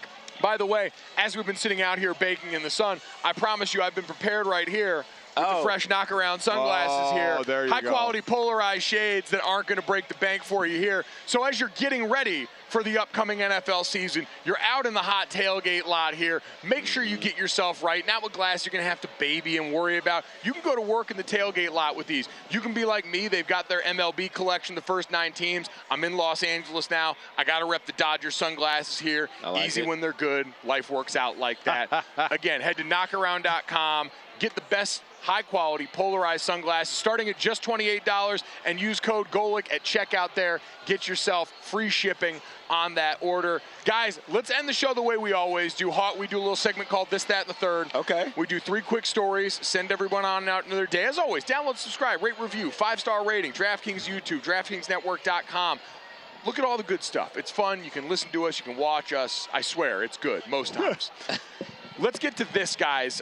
We talked a little bit about Colorado before, and so much of that was Deion Sanders, Travis Hunter, but Shedeur Sanders came out, and in his first performance as Colorado's quarterback, ho-hum set the single-game passing record with over 500 yards, and talked about texting with Tom Brady, the GOAT. After that game there, talked about working with Tom Brady, learning from him. Dad, what's the star turn going to be like for Shedeur Sanders here, the son of Prime, a guy who seems like if anyone's ready for the stage, it might be him? Well, I mean, he's a guy that's been around a lot of stars, that's for sure, because Prime is a star. And the 3 words that Brady texted him was, don't be satisfied. And I'm sure, in all honesty, that's what Deion is telling his team. Listen, guys, we came out of the gates well, made some people believers, but we don't win the next game or it starts to turn the other way, it's all going to be for nothing. So I absolutely love that message from Tom, and that's got to be the message from Prime. But Shedeur is used to being around stars. I'm sure he's met tons of them through his life already, so probably nothing new to him. And I would argue even the stars he's around, none of them are bigger than his father. Dad, yeah. Yes. Right? Yeah. And so to have a prime time Sanders mentality at the quarterback position might be something we're not ready for. Yeah, that is. Do you feel that way when you're around me, that you're not going to be around anybody bigger star? That's what he's told me. Yeah, I text Hawk about that all the time. He texts me that all amazing. the time. You're lying, aren't you? Man, it's just, you know, you're lying. magnitude when he walks into the room. You're here. lying. Just stop. You can feel the oxygen leave the room. That's mostly because of the farts. Stop it. Speaking of big stars in the room, let's get to that. This guy, by far, the most charismatic person I've ever met walking into a room. Magic Johnson, who's now part of the ownership group for the Washington Commanders, spoke with the team the other day, talked about winning all his NBA championships, talked about everything there. Hawk, when that guy flashes the smile in a room, you feel like instantly that you are also the coolest person walking around in that room. Got a feeling the win total for the Washington Commanders shifted just with that impression Just there. just with Magic showing up, the Commanders' win total increased. I think so. Listen, he's got that kind of magnetism. He's winning time. They don't call him Magic because he don't got none. No, we got Prime and Magic. Those are names that automatically connote winning. What's your nickname besides GoJo? What is like? The only nickname I ever had in my life was when I was in middle school. One of my best friends gave me the nickname. It was Pudding, and it wasn't because I was cute. Yeah, it's because I looked like a kid who ate a lot of pudding. Yeah, I don't know. You did eat a lot of pudding. I did eat a lot of pudding. God, I ate a lot of it. It's disgusting. I don't know if pudding feels the same as Prime Time or Magic. No, I mean, you got a cool name, Hawk. Like, I understand it's part of your name, but God, it's like... It is good. It's good. But you know what's good to see is a lot of times some of the older stars aren't really remembered by some of the younger athletes now, but...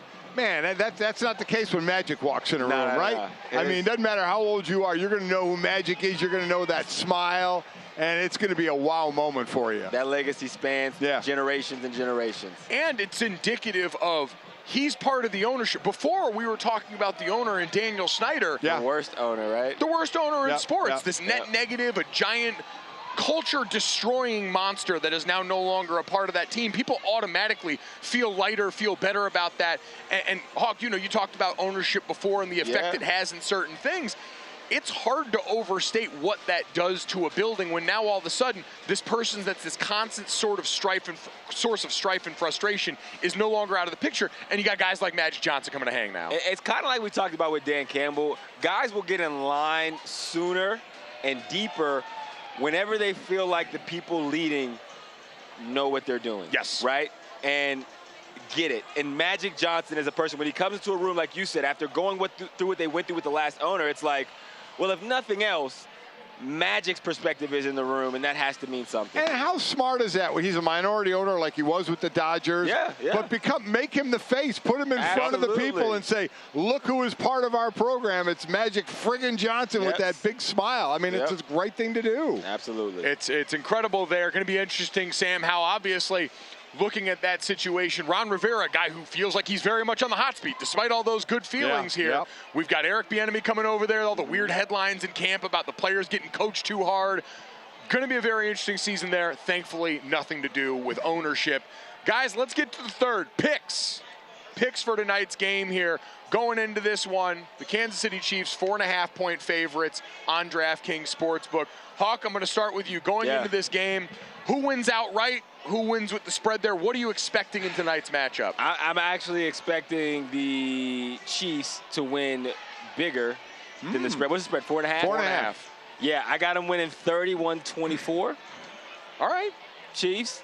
And I think Patrick Mahomes has a big night. A very efficient night. I think he completes over 76% of his passes. Wow. But maybe doesn't go above 245.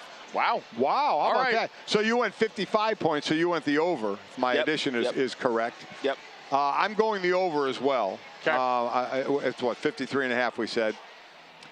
Listen, it's tough for me not to lean toward Kansas City in this one.